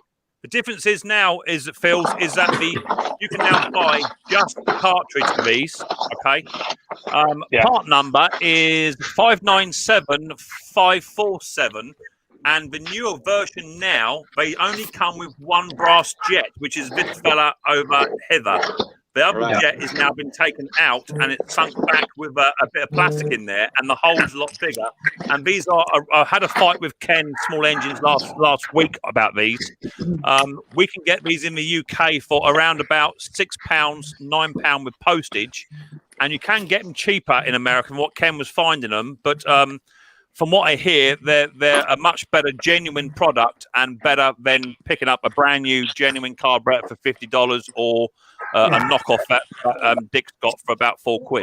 Okay, Ken, I got to ask you, what about the 550? We don't see many 450s here. The ones we have here are all 550s. And what is this? Is it the same cartridge? No, it's not. Okay. How you doing, Boo? It's been a couple of years since we talked, eh? No, it's been less than that. It's just I've been visiting your channel, commenting on my Cajun coin hunter. Yeah, you comment. Yes, instead of Boo Luquette. So right, I recognize the Cajun coin hunter. Yeah, and Missy cooking up a storm every week, eh? Oh yeah. Missy can beat up a stove real good. You know, it's just good Cajun cooking, though. You know. Yeah. But yeah, okay, I keep those cartridges in stock at my shop, and there are two different model numbers. The 350, the 450, I think are the same, and then when you move up to the 550, it's a bigger one. But I keep them in stock on the shelf, and I've never had to open the pack yet. Yeah. That little ball bearing at the top of it. Yeah. I pop those out. That's the key to it. You pop them out, and then I get my my little torch tip cleaners. Yeah. And they have the holes in there, and I go with the same size hole, and I just my problem is I've been going up a size, and then they flood. No. I just use the torch tip cleaner and same size, and now or I can use my thumb drill bits, the same actual size as the hole on the brass part. And if it's varnished in there, like a carb that's been sitting up a year to a year and a half with ethanol gas, well, it's going to be clogged with the actual gum and varnish. So you're not actually reaming the brass out. You're actually getting rid of the varnish. Yeah. Oh. So I listened to every word. But I've never reamed them out bigger. But I know. I have. I've had to rim them out. I've got a set of rimming out devices here, and I'm the same as Bruce. In fact, I've done about 3 carburetors this year, and I've only just taken material off the side walls. That's all I've done, and they run like they're on choke. Now, like I said, that ball bearing is one of the keys. If that don't come out, you're not cleaning it all the way. There's always a little bit of something under that ball bearing. Or the ball bearing keeps it from coming out of that side jet, that side port. And we should not. And actually, we should be talking about how wonderful ethanol is. Because if it wasn't for ethanol, all 8 guys on this screen would have nothing to do. Well, that's right. But we get a lot of non-ethanol fuel. We have like 8 different stations with non-ethanol fuel in my town. I'm buying 87 right now. I'm buying 87 octane with no ethanol right here in Alberta, Canada. Great, right? Yeah. And I was only 20 cents a gallon more. Regular gas now is $1.69, $1.79. Oh, we're paying $1.10 a liter. Yeah, I know. Yeah, Canada's always been more expensive on their fuel. You actually are a Canadian descendant, aren't you? Because you guys, 200 years ago, you got the hell out of. You got the hell out of 300 years ago. Yeah, my family were shipped down here. Yeah. Yeah, you were excommunicated from Canada. Yeah. We didn't want to bow down to the king. We just bow at the king, bow down. We swore at him. So they said, no, y'all got to get out of here. Yeah, Andrew Throne has a question. He says, here's a question. If you want to go live on YouTube, do you use that or do you use a separate stream? All depends what you want to do. If you want to go live, we can do both. You can go live just on YouTube itself, but when you get over to 1,000 subscribers, you can go live on a portable device. That's the main thing. But you can go live on YouTube on your desktop, on your laptop, or if not, you use a third-party software. I'm currently using StreamYards, and me as a host, I run it, and then I can invite people up on the stream to come and chat, which is what we're doing now. So, yeah, you can use YouTube or use StreamYard, or you can use Zoom or anything like that. There's another one as well, Streamlabs, I think you can use. you can use those. But if you're gonna go live, just make sure you got a few moderators in the chat just to keep an eye on people. Otherwise, you can attract some unfriendly attention. People just tend to turn up, say nothing, just sit in the shed and just sit there and look at you, which sort of can be quite intimidating. So, whilst we're playing here, shall we? Oh, I've got feedback. Shall we? Have a little guess what it is. Who's got feedback coming from? Is that from you, Dick? Sounds like somebody's eating burritos. I don't know what it is. I don't think it's Dick. Oh, it could be Dick. Yeah. Yeah, it's you, Dick. I'll drop you down, Dick. Come on back up again, Dick. Yeah, I'll drop you down. Come on back up. I'll put the link in. Right, so we're going to have a little game here, and the game is, guess what it is? All you got to do is write in the chat what you think it is, and if you guess right, then you win a prize. And away we go. It's as simple as that. Mr. Briggs is there. Come, Mr. Briggs, out you come. I've got a little tiny device down here, which we use for our first venture. You've got to put it in the chat if you can, because I need to try and keep hold of all the bits and pieces. So let's hit the share screen. Any ideas what this is? Answers in the chat, please. There you go.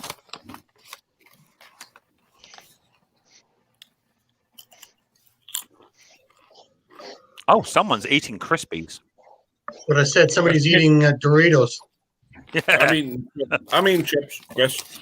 Yeah, that's Ken. So there you go. Answers in the chat, and away you go. Feel free to guess what it is. I saw a split pin. Oh, tap. You saw a split pin. You correct guess. Is it a jack? Is it a clamp? Is it a jack? Hello, Nikki. A clamp off of a seatbelt? No. Is it a wood clamp? No. And away you go.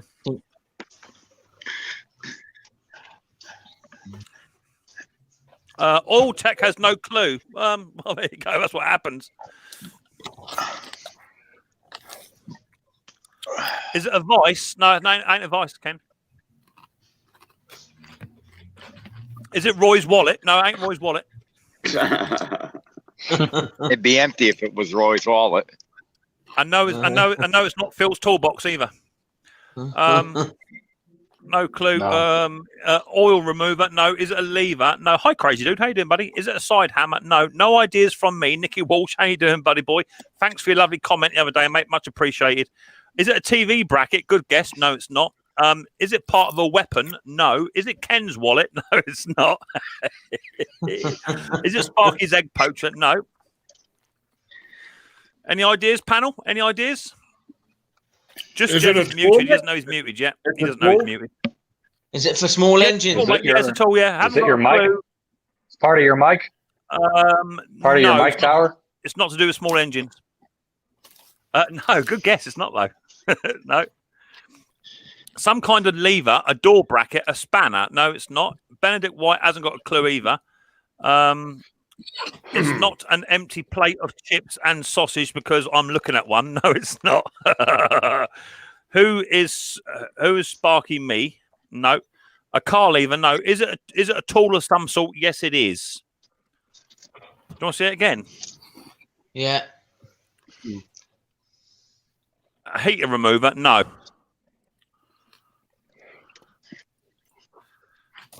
Is it used on its own, Mick, or do you need something else to use with it? Used on its own, mate.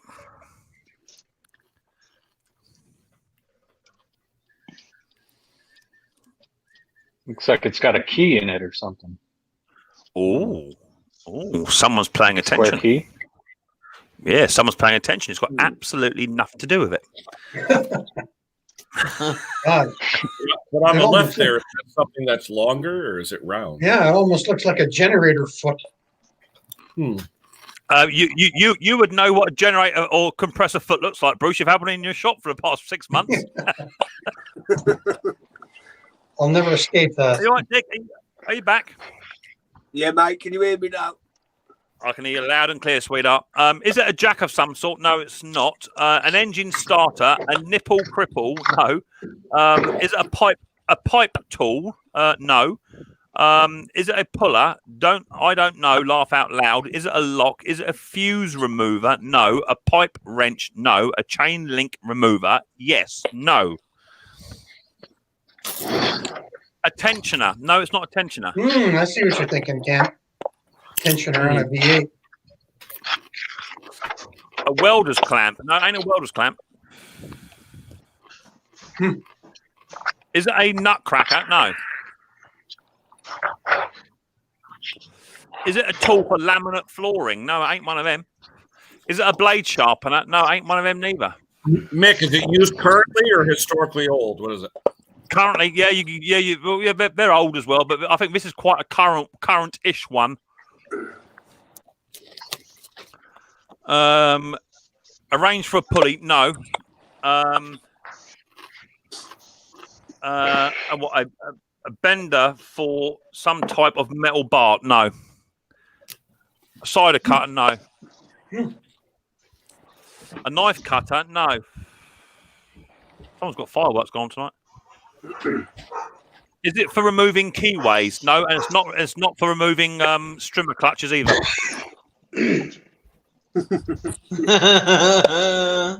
How old is it? As I say, it is pretty current. It's getting on. It's getting on a little bit, but it's still current. So you'll still see these. A wagon wheel wrench? No, can't say that twice.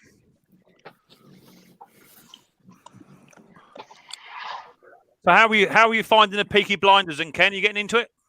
Oh yeah, absolutely. I got the wife too. We're actually bonding watching it. Every time Arthur comes up, we go crazy. Peaky Blinders! Is it a cigar cutter? No, it's not.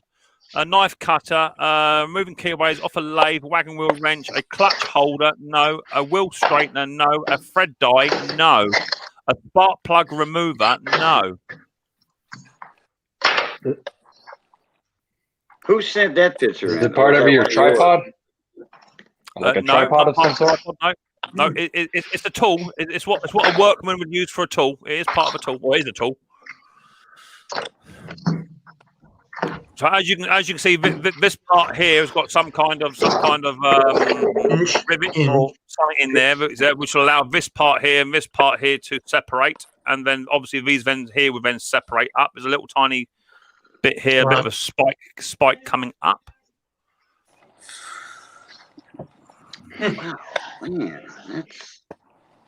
Oh, we seem to have we seem to have gone from a very loud and very busy panel to lots of it. I can hear lots of cogs and sprockets turning. Yeah, it looks like an older era too. That too itself looks like it's 30, 40, 50 years old. But those tools are still used nowadays. They make newer versions. Another. I'll just give you another clue, Helen. Billy's hairdo, no. A microscope, no. Peter, it's for larger gentlemen, no. Left light holder, a LED light holder, no. A brake tool, is it Micks Y fronts remover? I don't wear pants or Y fronts. I go commando. Is it a torque multiplier? No. Is it a bar straightener? A pipe flaring tool? Can you elaborate on pipe flaring? What do you mean to open up pipes? What do you mean by that? A pipe wrench. Is it for removing moving tires? No, it's not. Is it for climbing telegraph poles? No, it's not. A car jack, a tripod stand adjuster? No. Is it for charging something? No. A deburring tool? No. You're thinking on like a propane line, eh, Ken? Because the end swivels, you got spikes sticking up. So to open up pipes, no, it's not to open up pipes. A pipe cutter, no. Mixed bath night, bubble bath. I love a bubble bath. Is it for straightening tool for a bent crank? I wish it was. Wish I had one. No, it's not. Is it a scribe? Yeah, no, it's not. Where did Jeff go then? Did Jeff go off the screen? He disappeared. Is it a spreader of some? Is it a blade sharpener mount? Yes, it is a spreading tool of some description, Ken. Is it to straighten pipes and weld them? No, it's not. Is it a brake nipple tool? No. Is it a tubing notcher? No, I don't know what a tubing notcher is. A flaring pipes for joining unions together. No, it's not. Is it a pipe expander? No. Is it a pipe spreader? No. A utility pole wire spreader? Yes, I will give you that. I will give you that to a degree. Stop. So Hey, we have Kenny, a winner. Your dad was a lineman, wasn't he? Yeah, that's why I said it. Yeah, Yeah. because when they put it together, your tools spread them. You're quite close to a degree, Ken. It may just be a terminology thing. Let me just find the original photograph of it. Which was that one there, I think. That's it there. Now, we would call it something different over here. It would have to be called a span or something. Yeah, but right-handed, not left-handed.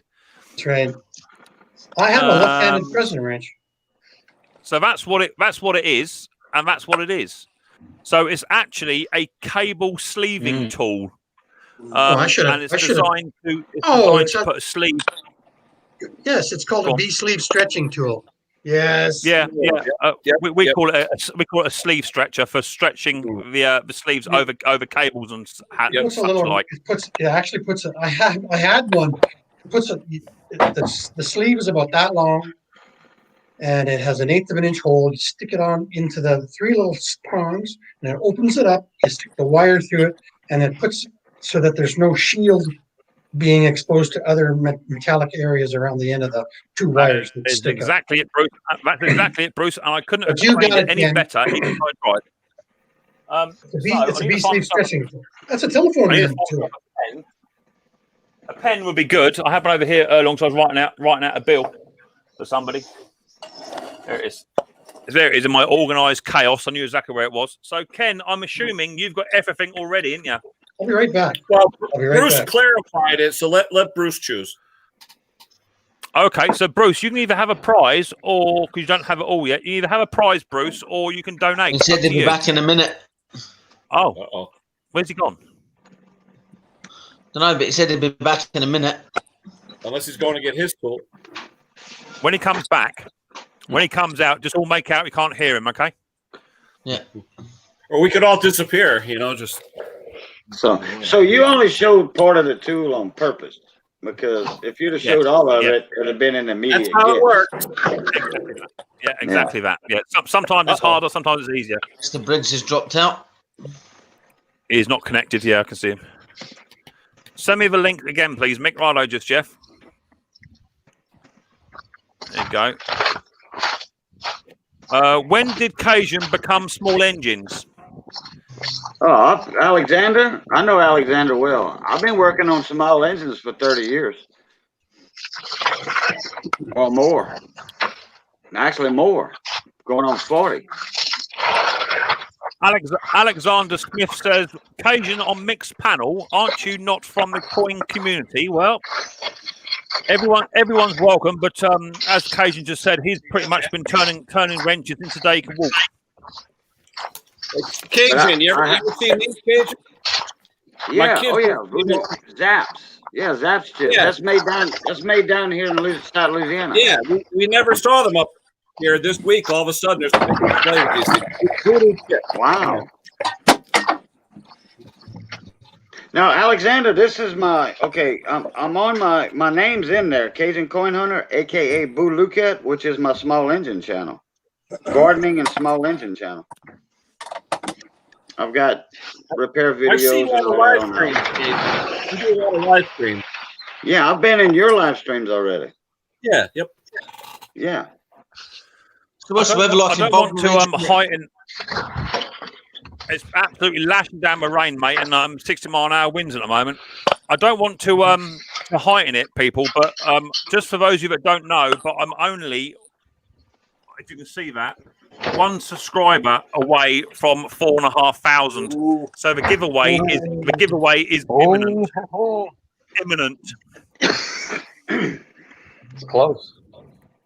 That's real close. Yeah, but like they say in the UK, close but no cigar, right? Yep. Very true, Mick. That is. still plenty of time. Close but no cigar. Still plenty of time tonight. Say again, Arthur.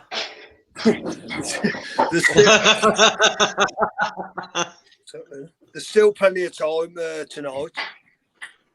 Nick, Jeff. the giveaway will be at the discretion of the Peaky Blinders. Oh, Ken is on it like a tramp on chips, isn't he? He loves now. He loves it. He's a new fan of it, isn't he? I actually started watching it again, off and on, as Mr. Briggs. So what are you doing then, Phil? Are you finished for the day, or are you just starting to get fired up, or what are you doing? Oh, it's the afternoon right now, but since I'm chatting with you guys, I'm not really working. I cleaned up one of my machines, that Time Master residential one, and now just kicking back. Well, it's not as if you got a toolbox to tidy up, is it? See, that's what will keep me busy. If I've got no work on, I'd be tidying my shop up. But you've done all that. Yeah. Yeah, I've done all that. I'm just saying.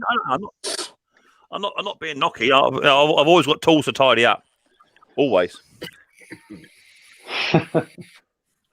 Yeah, no. I keep myself as organized as possible. Yeah, I hear that. I do hear that. I get to a certain degree. It'll probably be tomorrow, to be fair. I'll walk in and go, no, not doing it no more. It's got to go back to how it was, So I do promise myself to keep it half tidy, but the shop is not quite big enough to have it tidy all the time. I haven't got a great deal of room. It's functionable, but I need to get on. So I've got 3 bits of two-stroke stuff to get on with tomorrow. So I need to have a tidy up tomorrow. Get that lot all sorted out. When's the mini fridge coming? Hey? When's your mini fridge coming? Yeah, I said that'd be nice. Yeah, well, I will be getting a mini fridge. I've got my electric sorted out now. Electric's all in and done, finished. So just got to have a bit more sorted out. I'm looking to get rid of some of this shelving behind me and utilise some more of that space at some point. Bruce is back. Nick, Bruce is back in a minute. Hey? No coffee today? Better not eat that. I'm not eating anything. I was showing a guy from Louisiana. He's familiar here. I'm going to boil the kettle a bit.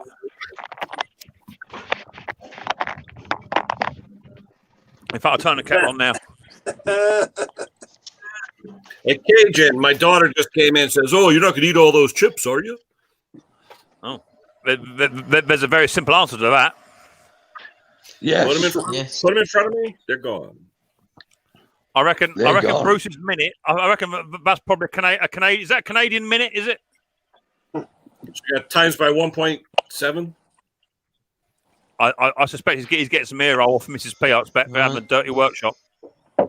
Well, this is his lunchtime, isn't it? You normally so it's 12:20 his time. This is his allocated lunch break. Yeah. You get me email off me like my next project, mate.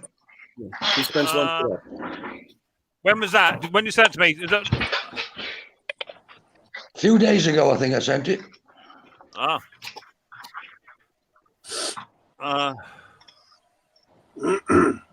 got an email from Dick. What's that about? I don't know what's going on in on the live chat. My chats don't seem to register. I don't know. I'm probably doing some at my end. I don't know. You're probably sticking it in. You're probably sticking it in the private chat, I expect. It's in the live chat. No, in the live chat. I can't see it, buddy. No, I can't. Well, I can see it on my end, but it's not obviously registering your end or with anyone else. No. Alexander Smith. I'm a new bus. Nice to meet you. Is that? I mean, we already got an Alexander Smith already in here. I wonder who that is. Alexander Smith. Alexander Smith. He's from Scotland. Yeah, that's the same Alexander Smith. It's not really a clue in the name there, is it? Yeah. I've been knowing Alexander quite some time. He's a big time coin collector also. Okay, so we need to make a little bit of room here. Oh my lord, Mr. Bruce will have to wait. You're not next in the queue. We'll have to wait because we have Jeff's older brother has just turned up. Oh, there he is. All right, here we go. Oh, I saw that as well. Conker. I saw that, didn't Where's I? he Yeah, I gone? see you whack your fingers up there, sweetheart. Just when you think you weren't being brought up, you were brought straight up, weren't you? Anyway, Bruce can't hear us. Bruce can't hear us. Everybody. Conker. Hey, bro. When he talks, no one can hear him. How you doing, Conker? Testing. Hey, Conker. Testing. 1 2 1 2 testing. Is my microphone better Nice tonight? one here. Yeah, it's quite loud. Not only is your voice quite loud, Conker, but it's got that irritating note to it as well. But I think that's normal. It sounds much better. I can see your lips moving, Bruce. Bruce, have you got your mic turned on, mate? Your lips moving. I can't hear you, Bruce. Hello there. Bruce? No. Teasing you. So back to that crazy tool, I had to go to the garage. I thought I had the B sleeve that you were talking about. And anyone else hear Bruce? I can't hear him. Hello, hello. Yeah, I can hear him. I can hear him. I can hear him. I can hear Bruce. Yeah, I can hear Bruce. Yeah. Absolutely useless, you two. Both of you down you go. I got to digress back to that tool. This is about the size of that. This is about the size of that stretcher. This is what happens, Bruce. Sorry to cut in, but you see, for those of the older generation, apart from Bruce, obviously, I said when Bruce comes back, let's all pretend we can't hear him, and then Conker and his brother say, "Yeah, we can hear him." All right. I forgot. I've managed to get my microphone sorted out, so it's It don't make no odds, Conker. It don't work if I push a button. It's as simple as that. I'm next. You got your t-shirt on, Conker? yeah, there it is, mate. Covered in rain. I came and I saw. It's raining too. So what you got there, Bruce? What's that you got there, Bruce? What are you fishing for? You said you know I'll that be little the B sleeve stretching tool, right? But you said I'll be back in a minute. Was that a Canadian minute? Yeah. Yeah, I thought. Bruce, you don't have to put up with it, mate. You really don't. Gone. This is all. It's all useless information now, right? Where you go? There you go. You're lucky okay, there. That tool that Mick had there. Stretch. You see how that? You see That's it. Yep. In there. I'll use the pliers instead. You stretch it like that, and you put it over the end of the wire, and you bring it down. You protect the end of the wire. That's all I was doing. You do sound, Bruce, a little bit glitchy. Is it just me, or is Bruce sound a bit glitchy? I'm saying nothing. Yes. Yeah, very glitchy. Yes. Testing. 1, 2, 3. Testing. It might just be that we got a bit of a full panel on. That's what it probably is. And half the problem is, of course, is that Dick is busy talking and no one can get a word in edgeways. I like to listen and digest. I know you do, sweetheart. I know you do. I got your sticker, Dick. Oh, lovely. I got that. Yeah, it turned up. I think I got yours here somewhere. I haven't posted them yet. No, that's fine. So anyway, Bruce, you just won the last. Guess what it is? Apparently, no, I think Ken got it because he was much closer. I understand. Yeah, you were more specific. When's the next one, Mick? Now? Tomorrow. As Ken handed it over to you, Bruce, what do you want to do? Do you want a prize, or what do you want to do? Let's leave it in the pot for somebody who would enjoy it. Who needs it? Okay. So what we do is rather than doing that, I'd much rather have a winner. I've got 51 in the house. Numbers between 1 and 51, not starting yet. I'll tell you when. That didn't work, Mick. I know it didn't, Neil. Yeah, they weren't listening, mate, were they? We go for. Let's choose that number. Right, I've got a number written down. Numbers from 1 to 52. Away you go. Put it in the chat. Numbers 1 to 52. Go. In a minute, it's going to kick in, and I can't keep up, man. That's my age. It's not your age. No, that's true. Wish it was.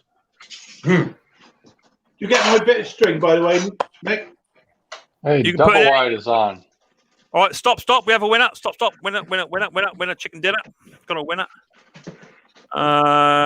Where is it? Winner is just there. Winner is Oil Tech, number 31. That's you, buddy boy. So send me an email, Oil Tech, and I'll get the prize out to you, buddy boy. Just put I'm a winner and what you would like and your address. I hear water.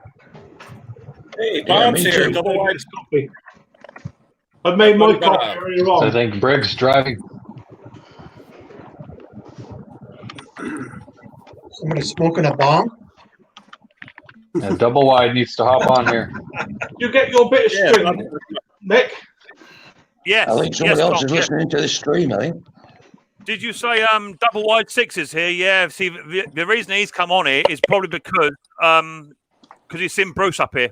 Hi, Bob. How you doing, mate? Nice to see you. Hope you and your family are well. Him and double wide and Bruce go way back. They're best buddies, aren't they? Nice to see you in here, double wide. Anyway, hope you're having a nice time. Nice to see you. So, what's your plans with this Briggs and Stratton engine, then, Dick? When are you going to get that sorted out? Because I'm sort of hanging on by tender hooks here. See if that carburetor's going to work. I think everyone needs be tomorrow now. I'll get it fitted up. I'm not convinced myself, but I'm for the sake of £9, and I've got good money in for it. Well, you see, the problem is, I'm just going to mute you, Mr. Briggs. I've got a bit of traffic coming through my ear hole from you. Are people still playing the game? I don't know. We've got a winner. Arcan, how you doing, mate? Nope. Double wide six has said, "I'm here because the channel is awesome." I'm guessing Bruce has paid him to say that. The problem Nick, did you hit the 4,500 yet? I'll have a look. The problem is that I know what you're saying, Dick, about cost, and the problem is that just because it's £9 don't mean it's going to be a good repair. I agree, mate. I do agree. Just try your hardest not to fall into that trap, because especially if you're going to sell it on, or more importantly, if you're fixing a custom machine, mate, it's nothing worse. I've got a Husky I think it's a 368 Husky, I think it is. And the customer wanted to put a Chinese carb on it, and I can't tune it. No matter what I do to it, I just cannot. I can get it to run top end, but it will not idle. It will not idle down. And for what it cost for a copy, it was about 12-15 quid. For what it cost for an authentic carb, it's going to be about 40 quid, I suppose, somewhere in there. Did anybody? I have to interrupt. Did anybody see Donny Boy 73's video yesterday? And he did a series on imported Q&A. Yeah. And he says that the Honda knockoff carbs are pretty good, but as soon as you get into two-stroke stuff, there's no fine art in it, and you might as well just spend the extra 30%, 40% and get a steel carburetor or whatever. Yeah. Well, it's the same as those plastic carbs, Yeah. Well, the only thing I will say, though, Bruce, a decent cartridge or buy a whole new carb for 30 quid. The only thing I will say, Bruce, sort of to counteract that a little bit, okay, is that I think he's absolutely right in what he's saying, especially with the steels of the Huskies and the Echoes, the top end stuff. Right. But I find that all the home user stuff, what you would call your home light mighty stuff, all that sort of capable, what we call your Ryobi or big box. As long as it's got an 11.5 mil or 12 mil throat to the carburetor, pretty much, but they will run on anything, which is sort of weird because you'd expect them to be a bit more finicky because they are more cheaply made. But I've had really good success with bulk copy two-stroke carburetors. It probably came with a Chinese carburetor to start with. there is also that fact to put in there, Bruce. But then Zama is coming from China too. Just the factory next door, which is using better products. But as I say, I cannot get this. I cannot get this Husky to run as smooth as I would like, and it's a good source. So I might just out my own pocket buy a genuine carburetor for it, see how it runs, and then if it runs right, then just hit him with the bill and say, look, that's what it is. Otherwise, it's just going to sit. It wants it back running, and all the time I can't tune it. Then it makes me look stupid, which I'm not. I was even talking to Bell Hopper as well because he does lots of chainsaws.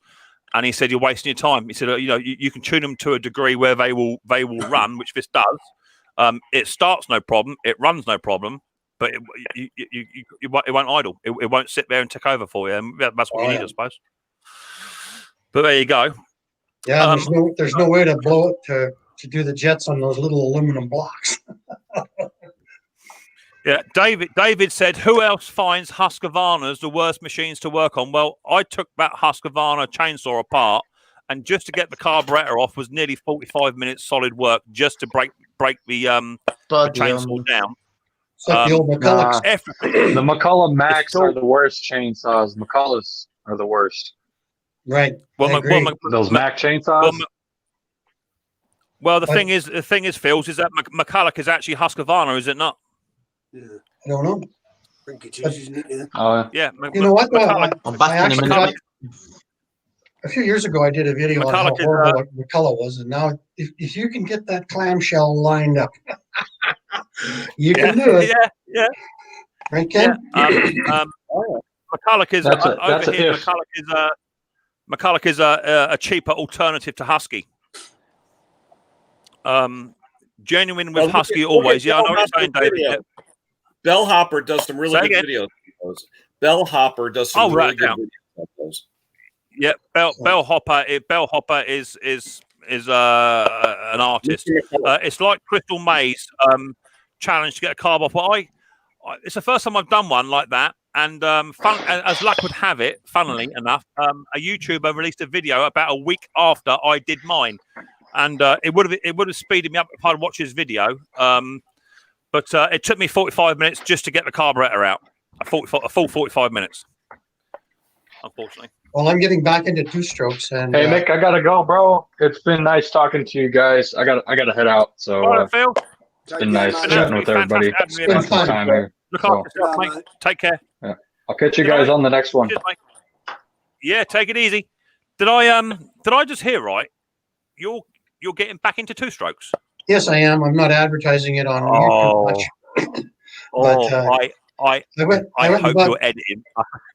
I went and bought I bought bulk diaphragms for Zama and for what are the other ones? OEM, no, Bruce? OEM or I did cheat. I did cheat. I've got a two-stroke sat in the shed. It's going to stay there all winter. What's the best thing to do? Run it out with two-stroke, just run it dry, or just pour it out? What are the best thing, guys? I'm not much Say that again. Empty it out. Say it again, Conk. Say it again. I got that two-stroke edger, lawn edger. I'm going to keep over the winter because I'm not going to sell it this time of year. It's still got two-stroke in there. Is it best to run it dry or just get rid of it, just fuel it out? Okay, yeah, I think it depends on. All I will say is depends on your fuel. All I will say is you've got 3 or 4 professionals up on the panel and in the chat as well. Okay, and each of those people will tell you different or the same, dependent. Am I right, Bruce? Am I right? You're absolutely right. Like Bruce was saying, fuel is the biggest issue. If you've got good fuel in it, it should be okay. If you've got normal fuel in it, no fuel, no ethanol.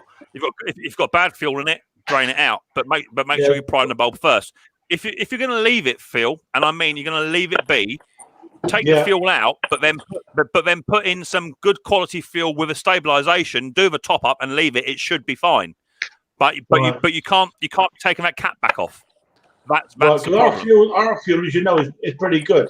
We don't have to worry about ethanol and all that old nonsense. Over here, have have you put in that trimmer? Have you put in it 95 or 97? 95. Then you put bad fuel in it, my friend. Okay. Well, here's what I do. I might just run it dry there. I'll run it dry. If you're going to run it dry, go on, Bruce. Go on, buddy. I've got a Husqvarna. How do you say that? Really good big displacement strimmer, and I run that one dry. And then I've got a cheap department store strimmer, the green ones, and I leave fuel in it, topped up with good fuel. What I do, I've got a still strimmer, a big still strimmer. Well, I run it dry, then I stand it on its end. I take the spark plug out, put a little bit of two-stroke oil down the spark plug via a syringe, fasten the spark plug up, and she'll sit all winter, not a problem.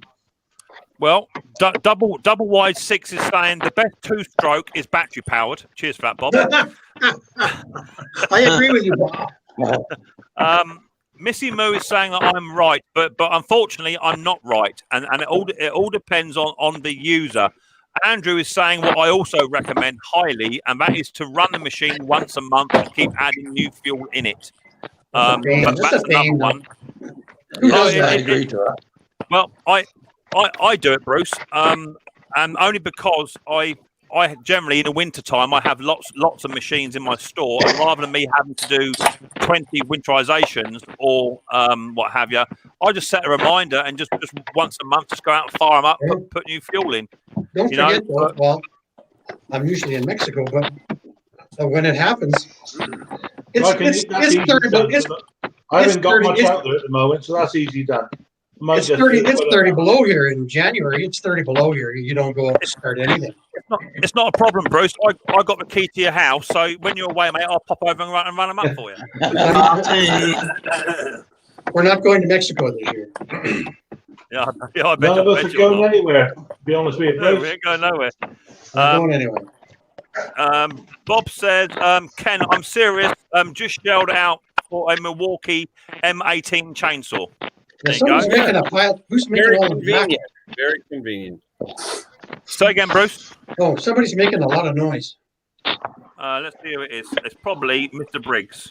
It probably is. He's mucking about. Let's try that. Let me know if that's any better. That's better. Yeah. Thank you. Where was that? Right. Bob's got to run. Thanks for popping in, Bob. Much appreciated, mate. Got to run. Hey, got to run the two-stroke. Oh no, he hasn't got to run. Beg your pardon. You got to run the two strokes to keep him in check. Exactly that. That's what I do. Run them. Hug the kid, buddy. Hug the kids. Yeah, just keep running. 97 fuel is the best. You're absolutely right, Missy Moo. If you've got anything two-stroke, I generally run my two strokes on 97 fuel, not 95 Conker. Okay, mate. Good advice. It's only just it's a little bit more expensive, but it is a higher grade of fuel. Yeah.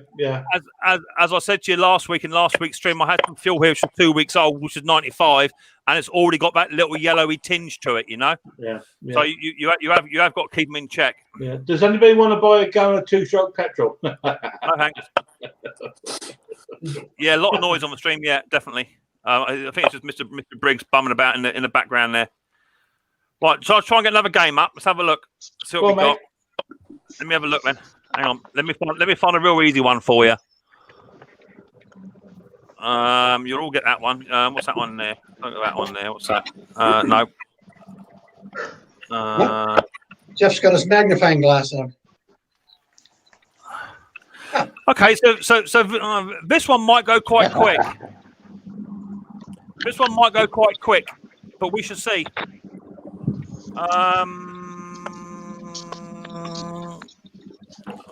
Where are we? Share the screen. So answers in the chat if you know what this is. It may go quite quick. I think it will. There you go. Oh, that's a Briggs and Stratton clutch remover for a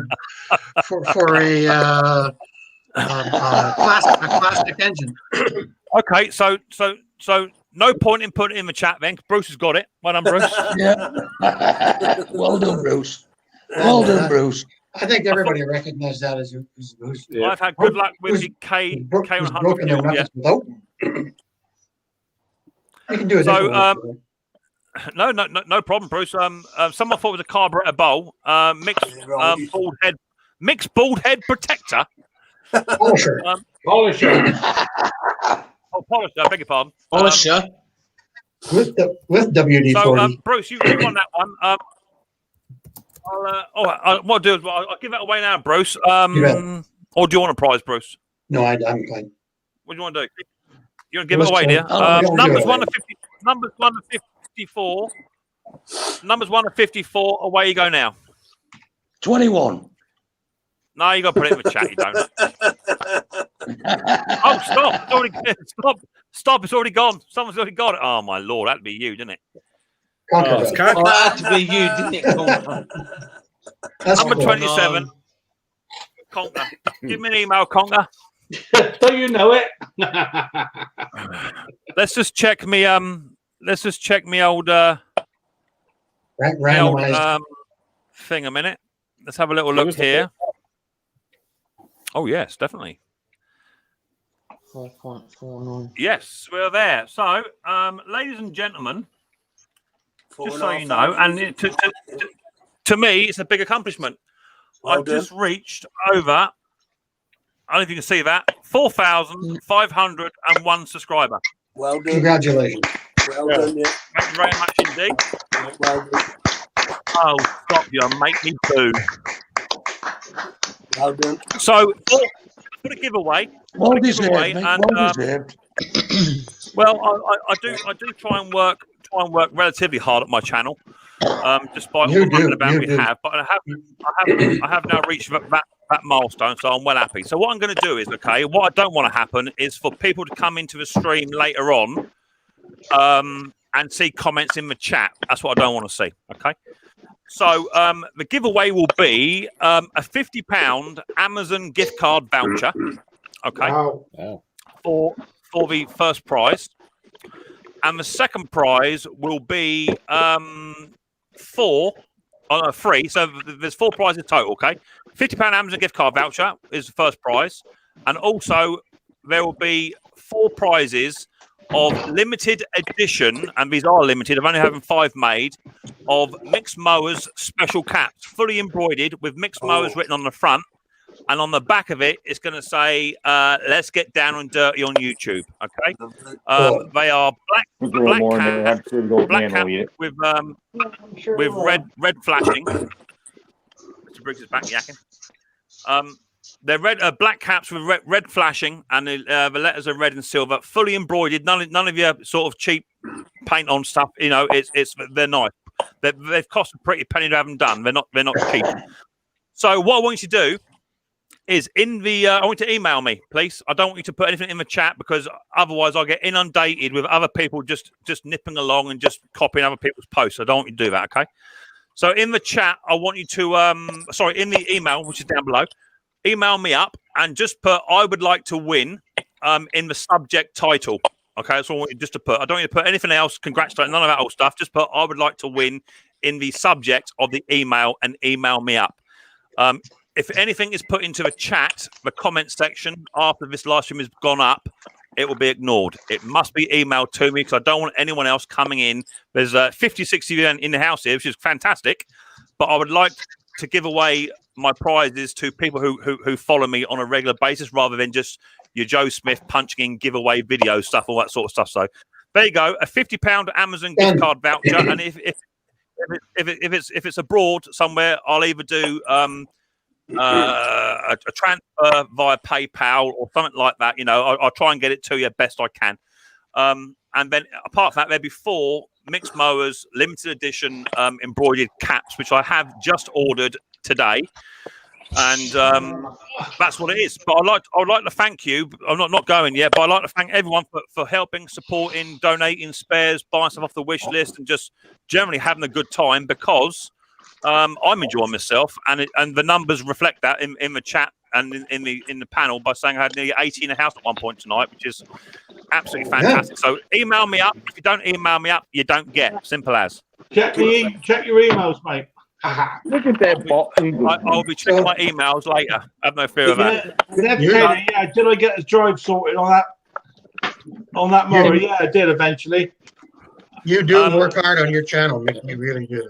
I don't know You how may you highlight yourself so my mother can see a Englishman.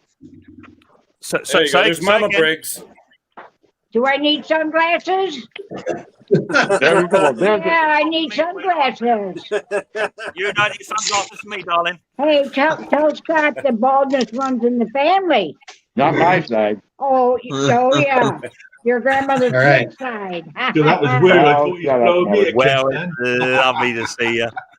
Your Uncle Dave, your cousin Dave was bald. Your Uncle Dave was bald when he was 17. His senior There you picture, go. he was bald. Uncle Dave was bald at 17, just so we all know. Maybe he got bald on his birthday. Spooky. That was spooky. I thought you were blowing me a kiss then, mate. No chance. Now read Now we're going to read the newspaper tomorrow. We're going to read the newspaper. Mother in upstate New York missing. Yeah. I did conquer. If you nothing wrong with Uncle Dave, says double wide. I did show the picture earlier on, Conk, but obviously because you turn up when you want to turn up, and sort of no invitation required. I did already show the dodgy workmanship that you did and sent me. You cheeky beggar. That is dodgy. Budget and leg it. No, that's a quality fix, mate. Quality fix, that. Yeah. What I would have done there, Phil, look. See that bit there, Phil? Look, see that bit there? What I would have done there, Phil, is I would have got your soldering iron where that crack is, because it's still there, and just get another cable tie and melt that into it, mate. Build it up. Yeah, I just made it look pretty, Mick, to be honest with you, mate. Well, it doesn't, does it? It looks like a right punch in the ear hole. Yeah, well, yeah, it's already sold. It's gone. The mother's bought and gone. Mick, I invite you on Tuesday to the UK press day of the new cub cadet mower at our shop. Yeah, definitely. I'll come on up. Yeah, send me an email. Definitely. I tried to get you a bottle of Vimto. 175 is went back up. Bruce, why? Who's that yakking? My son. Bruce, why are you saying thanks, Mick? Because you had a great stream today. Oh, are you going then? Yeah, pretty quick. Oh, Bruce. Don't forget it's 2:00 and we're going to harvest the pumpkins from the garden today. Oh, fantastic! Are you doing a video on it? No. we harvested ours today, Bruce, from Waitrose. I'm not being funny, Conker. Not you. It looks like you ate yours. Wow. That's a bit better, I'm not being rude, Conker. I'm not being rude, Conker. We got a bit of a head like a pumpkin. Hey. I gotta go clean my. Yeah, I gotta go clean my toolbox. We'll see you later. Take care. Oh, that's horrible. All right, Bruce. Thanks for coming up. There goes Bruce Pender, lawnmower god in himself. Thank you very much for popping up. Much appreciated. So yeah, definitely 4,500 subscribers. Just hit that with you guys on this stream, which is absolutely fantastic. So don't forget, you need to email me up to be in a chance to win. Email me up just to say that you want to be a winner. There's my email address. If you don't email me, you don't get £50 Amazon gift card voucher and a Micks Mowers limited edition embroidered hat. And they are limited. I shan't be making any more of them. I've made 5. Keep one for myself, and there'll be 4 up for grabs. So make sure you email me up. Well done. Yeah, absolutely brilliant. Thank you very much. Are you all right, Tim? Tim, what are you doing flexing your guns for? What's that all about? Look at her pimping. Yeah. Ain't you pretty? Ain't you pretty, eh? Woohoo! Look at her pimping. I even got my mother pimping.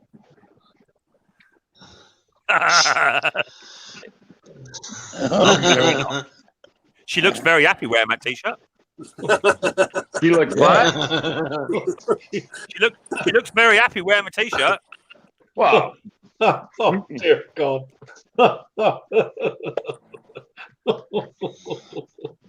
Oh yeah, What? you're gonna love What it. do you think? I'll tell you What? what. My mother loves Mr. Briggs. Mr. Briggs is cool. It looks like you made her wear it. Oh, You hear him? I made you wear that. He said. Did I make you wear that? No. Phil, the rest Mrs. of Briggs looks cool. Now If give you send a picture of you, I can use it now to now cover give my Evan mixer or something. Ooh, now ooh. give Evan $20. He said send a picture of you and she'll use it to cover her mixer. No problem. I'm also doing ceiling coverings. If you want a big poster of me on a ceiling, I can do that as well. Not a problem. That's called a mirror, Mick. That's called a mirror. Harry says you're a bit posh, Conker. You've been going to Waitrose. What's that all about? That's what I said. No, only going. No, it's only shoplifting. No, the only reason Conker goes into Waitrose is for the free. It's for free heating. That's all it is. Then pensioners can't afford the heating bill, so they go to The only reason Waitrose. why he goes into Waitrose is he's banned from the other shops. Hey, this is true, right? We went in this afternoon, done a bit of shopping. 70 or 80 quid's worth. I don't know. I think I probably bought 2 tins of baked beans and a tomato. 78 quid, like, you know. Went to pay, and I whacked in the wrong number on the card reader. Well, I didn't do it once. I did it 3 times. So the missus had to pay for it. So the missus had to pay for the shopping. What was that? What was that song I heard Mrs. H singing last week on my stream? It's something like "Let's all go to Tesco's where Conker buys his best clothes." What was that all about?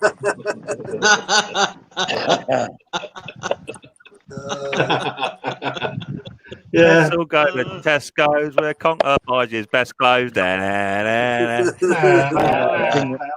give up your day job. Oh, dear. Right, so Conker won that one. I've got about another 10 minutes before we end the stream, so let me try and find another one which I can give away. Which should be free. That one might be a bit too easy for you guys. Oh, what was that? I can't remember now. Oh, that was it. Yeah, let's do this one. This one was sent in to me, funnily enough. Let me see if I can load this picture up. Yeah, let's load that one up. Let's give this one away. This was sent in by Mr. Benedict White, I believe. Anyone else in the panel? No one down there. Let me put the link out as well. Let's do that. Bomp, bomp. Let's share the screen. Answers in the chat, please. What is this?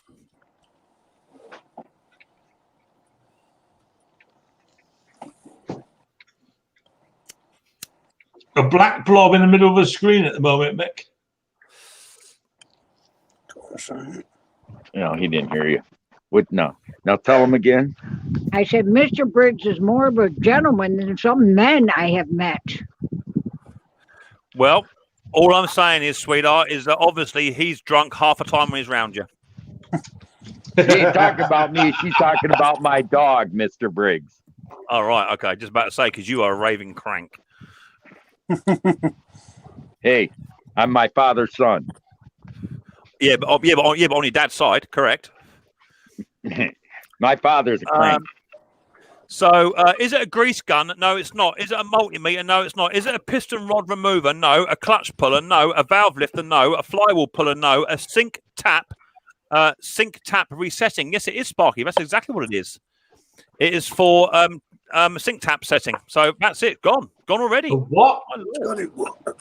I couldn't even see. Well, that's not my fault, is it? Coffee cup Mexican chihuahua. There it is. That went. A nurse told me That went real quick. There it is. Now it's coffee cup. There you go. It's for putting in new seats in your taps. Where your taps go. Oh, tap. Yeah, I see what it is. Yeah. Yeah, that's what it is. Yeah. That was sent in by Mr. Benedict White. So thank you very much, Sparky. Sparky, do you want a gift or are you pretty much there? Where's Sparky anyway? He's in the chat. Yeah, you know Benedict. Yeah. Mick, can you play the game people on your... on your strip have to get them an item quickest, bring it back. Okay, I could do. Okay, we can do that. Yeah, we can definitely do that. That sounds actually like quite a good game, actually. Sparky, what do you want to do? Do you want to donate, or do you want to have something? I think you're there, Sparky. I think you've got. My shame, Squire. Oh, you're on a key ring. Right, email me up, please, Sparky. Well, let me dog out. Dog out, boy. Good boy. Let yourself out while you're there. You'd have to be a drip to get that. Yeah, exactly. Mr. Briggs, got a lot of wind interference from you, my friend. Yeah. He's fast on Google. Yeah, he's fast on Google. Yeah, so he wants to key ring. So email me up. Don't forget, those of you that want to be in for a chance to win, heading to the shop. Cheers, Bob. Thanks for coming in, mate. Much appreciated, my friend. Hope you and your family keep safe, my friend. Don't forget, for those of you that want to have a chance to win a £50 Amazon gift card voucher and a Micks Mowers cap for me reaching 4,500 subscribers tonight, then make sure that you email me up at the email address below. If you don't, then you don't stand a chance on winning. No worries, Bob. Much appreciated, my friend. Always welcome, my friend. Always welcome. See you later. So someone just give me an idea for a game. And that game is for me to say a household object, and for the people on the panel to run off and go and get that object, and the first one back would potentially get a prize. Which means, Dick, you're pretty much out of it because you're in your shed. I know. I can't. If I go in there, it's chaos. It's just madness. It could be a good idea, not only as a game, but it could be quite a good idea for other people who have not yet won a prize. They have to be up on the panel to get a chance to win something. So I might introduce that next week. I'll have a little think about it, and yeah, I might do that. And you have to be on the panel to win a prize. That could be quite a good one. Yeah. Dear Lord. I can already think of a few, but there we go. I've got a few things in my head which I shouldn't even be thinking of right now. And things that only Cowboy would have. And just so you know, I will not be saying the entire contents of a bedside cabinet drawer. I will not be saying anything like that. It's not happening. Oh my Lord! Oh dear God! Lord Mowers, how you doing, mate? Nice to see you. Thanks for popping in. And that PK ink. Oh, yeah, that could be quite a good game. Actually, I think that would be funny. Yeah, I think that would be hilarious. Then that lawnmowers repair. The lawnmowers. But you're going to have to get people up here. You have to get people up here to do it. Oh, Chris, without a doubt, trust me. You know, it's what I try and do. What I try and achieve is to get people up on the panel who have not been up before, because you just never know what sort of character they're like. It's a bit like having just Jeff up here the other week. When he first came up here, he had problems with his audio, but since he's been up, he's been really enjoying himself. And I like to bring new people up where I can. A bit like Phil's, he's not been up before, and it's nice to see people and what have you. But to have that added effect of to invite people up, and they have to run around their house. Can you imagine the kids or their wife as their husband or whatever is running around the house trying to find the batteries to the remote? Could you imagine that? That'd be hilarious. Oh dear, my mind is working overtime. I'll tell you at the moment. Yeah, I can pretty much imagine. Oh, it could be good. Yeah, you're just a dirty old man, Plonker. Dear, oh dear. I reckon we could go from a family show to adults only very quickly. Yes. Oh yeah, use a pair of underpants in the laundry basket. Oh my God. Well, Conker, at the moment, I'll be asking for someone to get one item off the washing line at the moment, because it's absolutely bucketing it down here at the moment. And here, mate, he got to the door and he said, "You spot right off and come back in again." It's absolutely chucking it down here. Yeah, in fact, my workshop's flooded. It's the whoever built it. They built it on a slab, like, you know. It's flooded. What with oil? Leave it. Hey, what with oil? Leave it. David says the first one to find a decent Briggs wins. Oh, what is that? It's not me. Someone's got music on in the background. It's not me either. Not me. Oh, three guesses who it is. Probably Plonker. No. Mr. Blinking Briggs. You have emailed me, Cavado. Yeah, so I'd say if you don't email me, you don't get it. It's as simple as that. And all I do is I'll just copy and paste all the email entries into a randomizer and do it that way. But the caps, I don't know if I can show you the caps actually. Can I show you the caps? Possibly. I might be able to show you what they look like. Let's have a little look. Where do you get all your gear from, Mick? I just hunt on the internet for stuff, mate. That's all I do. I don't know nothing else but that. Let me try and find. Someone can't find them. I've got some emails. Aren't I a popular person? My lord, you don't like muck about, do you? Anything for a £50 gift card voucher? You're in there. I don't think it'll show me an actual image of it. Will it show me or not? I might have to. Hang on. Let me see if I can find it. Can I go into it or not? View customized product. Yes, I can. Ken, you're right there, mate. Those arms folded again, boy. Who, me? No, Ken. What? Oh, God. Oh, dear. You're a bit quiet there, mate. You still haven't sent your address, by the way. Right, here you go. These are the caps. Obviously, this is a template form, so it will look better than this. I'm hoping. I've not used this company before, but these are the caps that you'll four of you will receive. Here they are. Look. So there they are. There's the front of a cap. And look, that's how much they cost me per cap. There you go. That's no lie. And these are they've got red flashing going down here. Okay. Black caps with Micks Mowers on the front. I mean on the back. Let's get down and dirty on YouTube. There you go. That's what's on the back. All embroidered. Yeah, they took us caps, Mick, aren't they?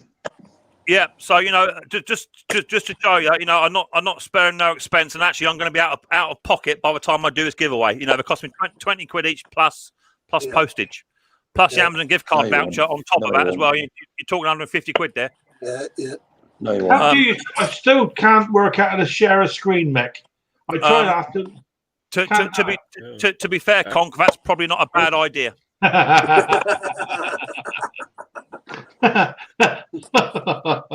But most of that money is either from the revenue I make off of YouTube and or mower sales. So it's not that I'm out of pocket, but I do like to give back. And like I've always said, it all goes back into the channel, whether it be new tools or whatever, or more stock, or it goes back to you guys. So £20 each. I think I've ordered 4 to give away, 1 for myself, plus the postage. So. I'm hoping they look really good. I did see another company I was going to use, but do you know what? They were really expensive. I looked at a company. They were £17 a hat, which was quite cool. But as soon as you put one letter on the cap, it jumped from £17.95 to £33. Wow! Just one letter, Jesus. And to add an extra line and stuff on the back, I think they came in at nearly £100 a hat each. Crazy. So yeah, they are costing me money, but I do like to give back, as I say, to reach 4,500 subscribers in just about 19 months is pretty good going. Yeah, it is, mate. Friends are worth more than money, Mick. Oh, without a doubt. But generally, Jeff, I like to have a lot of friends who have got money. Count me out then. You can sort off. Mick has always been a giver. Just ask Snobby. Yeah, I do like to give. What about Riley? Yeah, I have to get Riley Boy a cap. He's not a big cap wearer though. He don't like even wearing a mask. I'll get him one made, but he won't wear it. That's the problem. Hello, Mick. How are you doing, buddy? Yeah, I'm doing good. Thanks, Robert. Thanks for asking. So there you go. There's a little giveaway for it. As I say, I'm not going to advertise it anywhere apart from possibly next week. I will do the actual giveaway for it. Okay. So the closing date for this giveaway will be let's do it quite early because I don't want no one else sneaking in. So the closing date will be midday tomorrow. Okay, UK time. Midday tomorrow. Any emails after midday tomorrow will not be accepted. Okay. Because otherwise I'm going to get 500 people watching the stream later on or something. Well, I wish, but I don't want other people coming in who haven't been sat here for the past 2.5 hours watching the stream. So that's what I'm going to do. And what have you got to put in the email, mate? What have you got? What was it? I would like to win or something like that. I would like to win, yeah. Yeah. What has everyone else put? Let's see what everyone else has put first. Let's have a look. See what they put in there. I've got loads of emails already. I've got 70 emails. Can you believe that?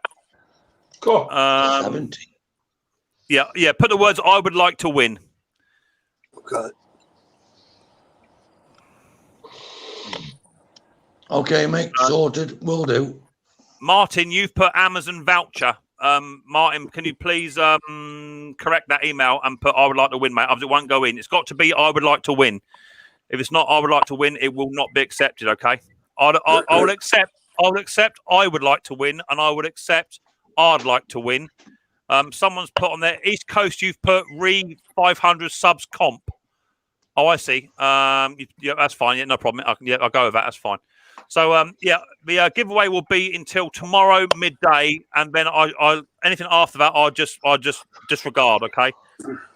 I'd like to get people to win who are also always in the chat. Otherwise, there's no point in doing it. What's your Amazon wishlist link? Can someone chuck my link in, please? Sparky, if you're about, or someone chuck my wish link in there. Yeah, it's been up once. See it, Mick. Say again, buddy. It's been up once. I've seen it, Mick. Yeah, I'm on it. Yeah, I'm on it. If Sparky's still there, he'll put it in for me.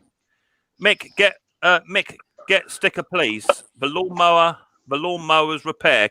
KD. Mick, get stickers, please. I've got stickers. Stickers I got. You know your cable. Where do you buy your cable from, Mick? What, my actual cable for repairing? Yes. Just off of eBay, buddy. Yeah. You want 1.5 braided cable. You want. Don't get the solid one. The solid one is for, well, it depends what you want it for. If you want it just for dead man's handles and drive cables, then it's 1.5 braided cable. If it's for throttle cables, then you want 1.5 solid core cable.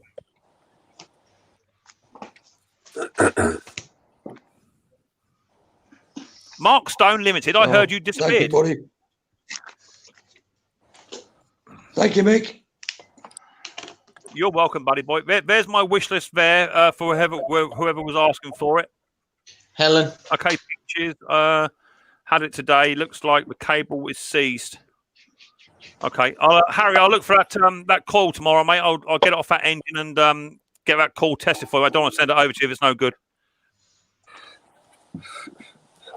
Have you finished flexing your muscles, Tim? Are you all puffed out now? No, I'm all right. Are you all flexed out, Tim? Are you? Hey, oh, you beautiful. Hey, I'm jealous. Two tickets to I'm jealous of them. Two tickets to the gun. To behave. To the gun shop. That's cheated. I bought a head benders, mate, what you used on that mower the other day. Yeah. I've actually bought one because I haven't got one. I think they look pretty good tool. They do. Very easy to use. I had to modify mine ever so slightly, and all I did with mine is the two little grooves. I think just one of them actually was a bit tight. So I just got my cutting disc on a handheld grinder and just opened it up by about another 1/2 mil, and it fits in there beautiful. But they're a good tool. And good thing is that you can do left and right hand Z bends as well. And it just gets you out of a pickle, you know. I just lost you for a second there, mate, when you're explaining. Sorry. Could you explain again for me, please? Yeah, my Z bender that I've got, I found that the grooves that are cut into the side of it weren't quite thick enough, and I didn't cut it with this saw. I got a chainsaw file and just opened it up another couple of thou, just so when you're doing the cables, they fit in there nicely. Mine was the same, mate. Mine was exactly the same. Yeah. I had to open mine up. Thank you. Good little tool. Yeah. Thank you very much. Oh, without a doubt, you know, I've been there before, you know, trying to get a Z bend, you know, trying to get one in a vise and try and bend it over a pair of long nose pliers. I end up smacking it, and I can't be doing it. And I'll defy you to get it right first time. It's quite there's a knack to it. £8 off eBay. I think Mrs. Briggs is cooking by the looks of it. What are you cooking, Mrs. Briggs? What are you cooking up? Omelette. Yeah, that's what you're cooking. Mick wants to know what you're cooking. What we got? Pumpkin spice muffins. Muffins? Pumpkin spice muffins. Lovely. Oh. How many jumpers are you wearing, Top Conker, to make yourself look buff?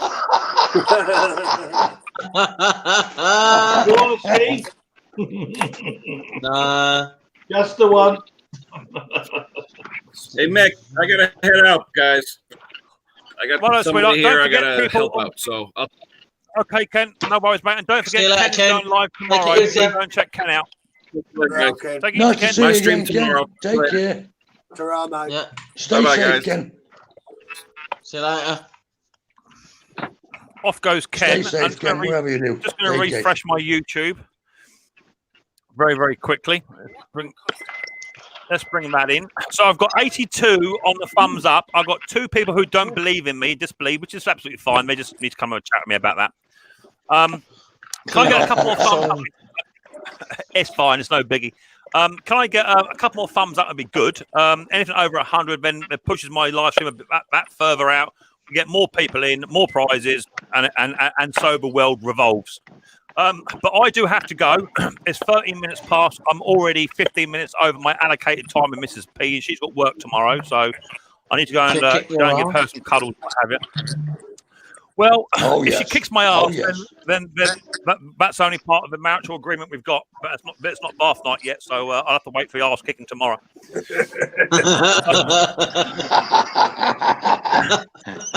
Book it in, Mick. Book it in. Weekend, Yeah, so those of you that haven't yet done so, don't forget to email me up with those magical words in my email address. If you don't do it by midday tomorrow, you won't be in the chance to win the competition.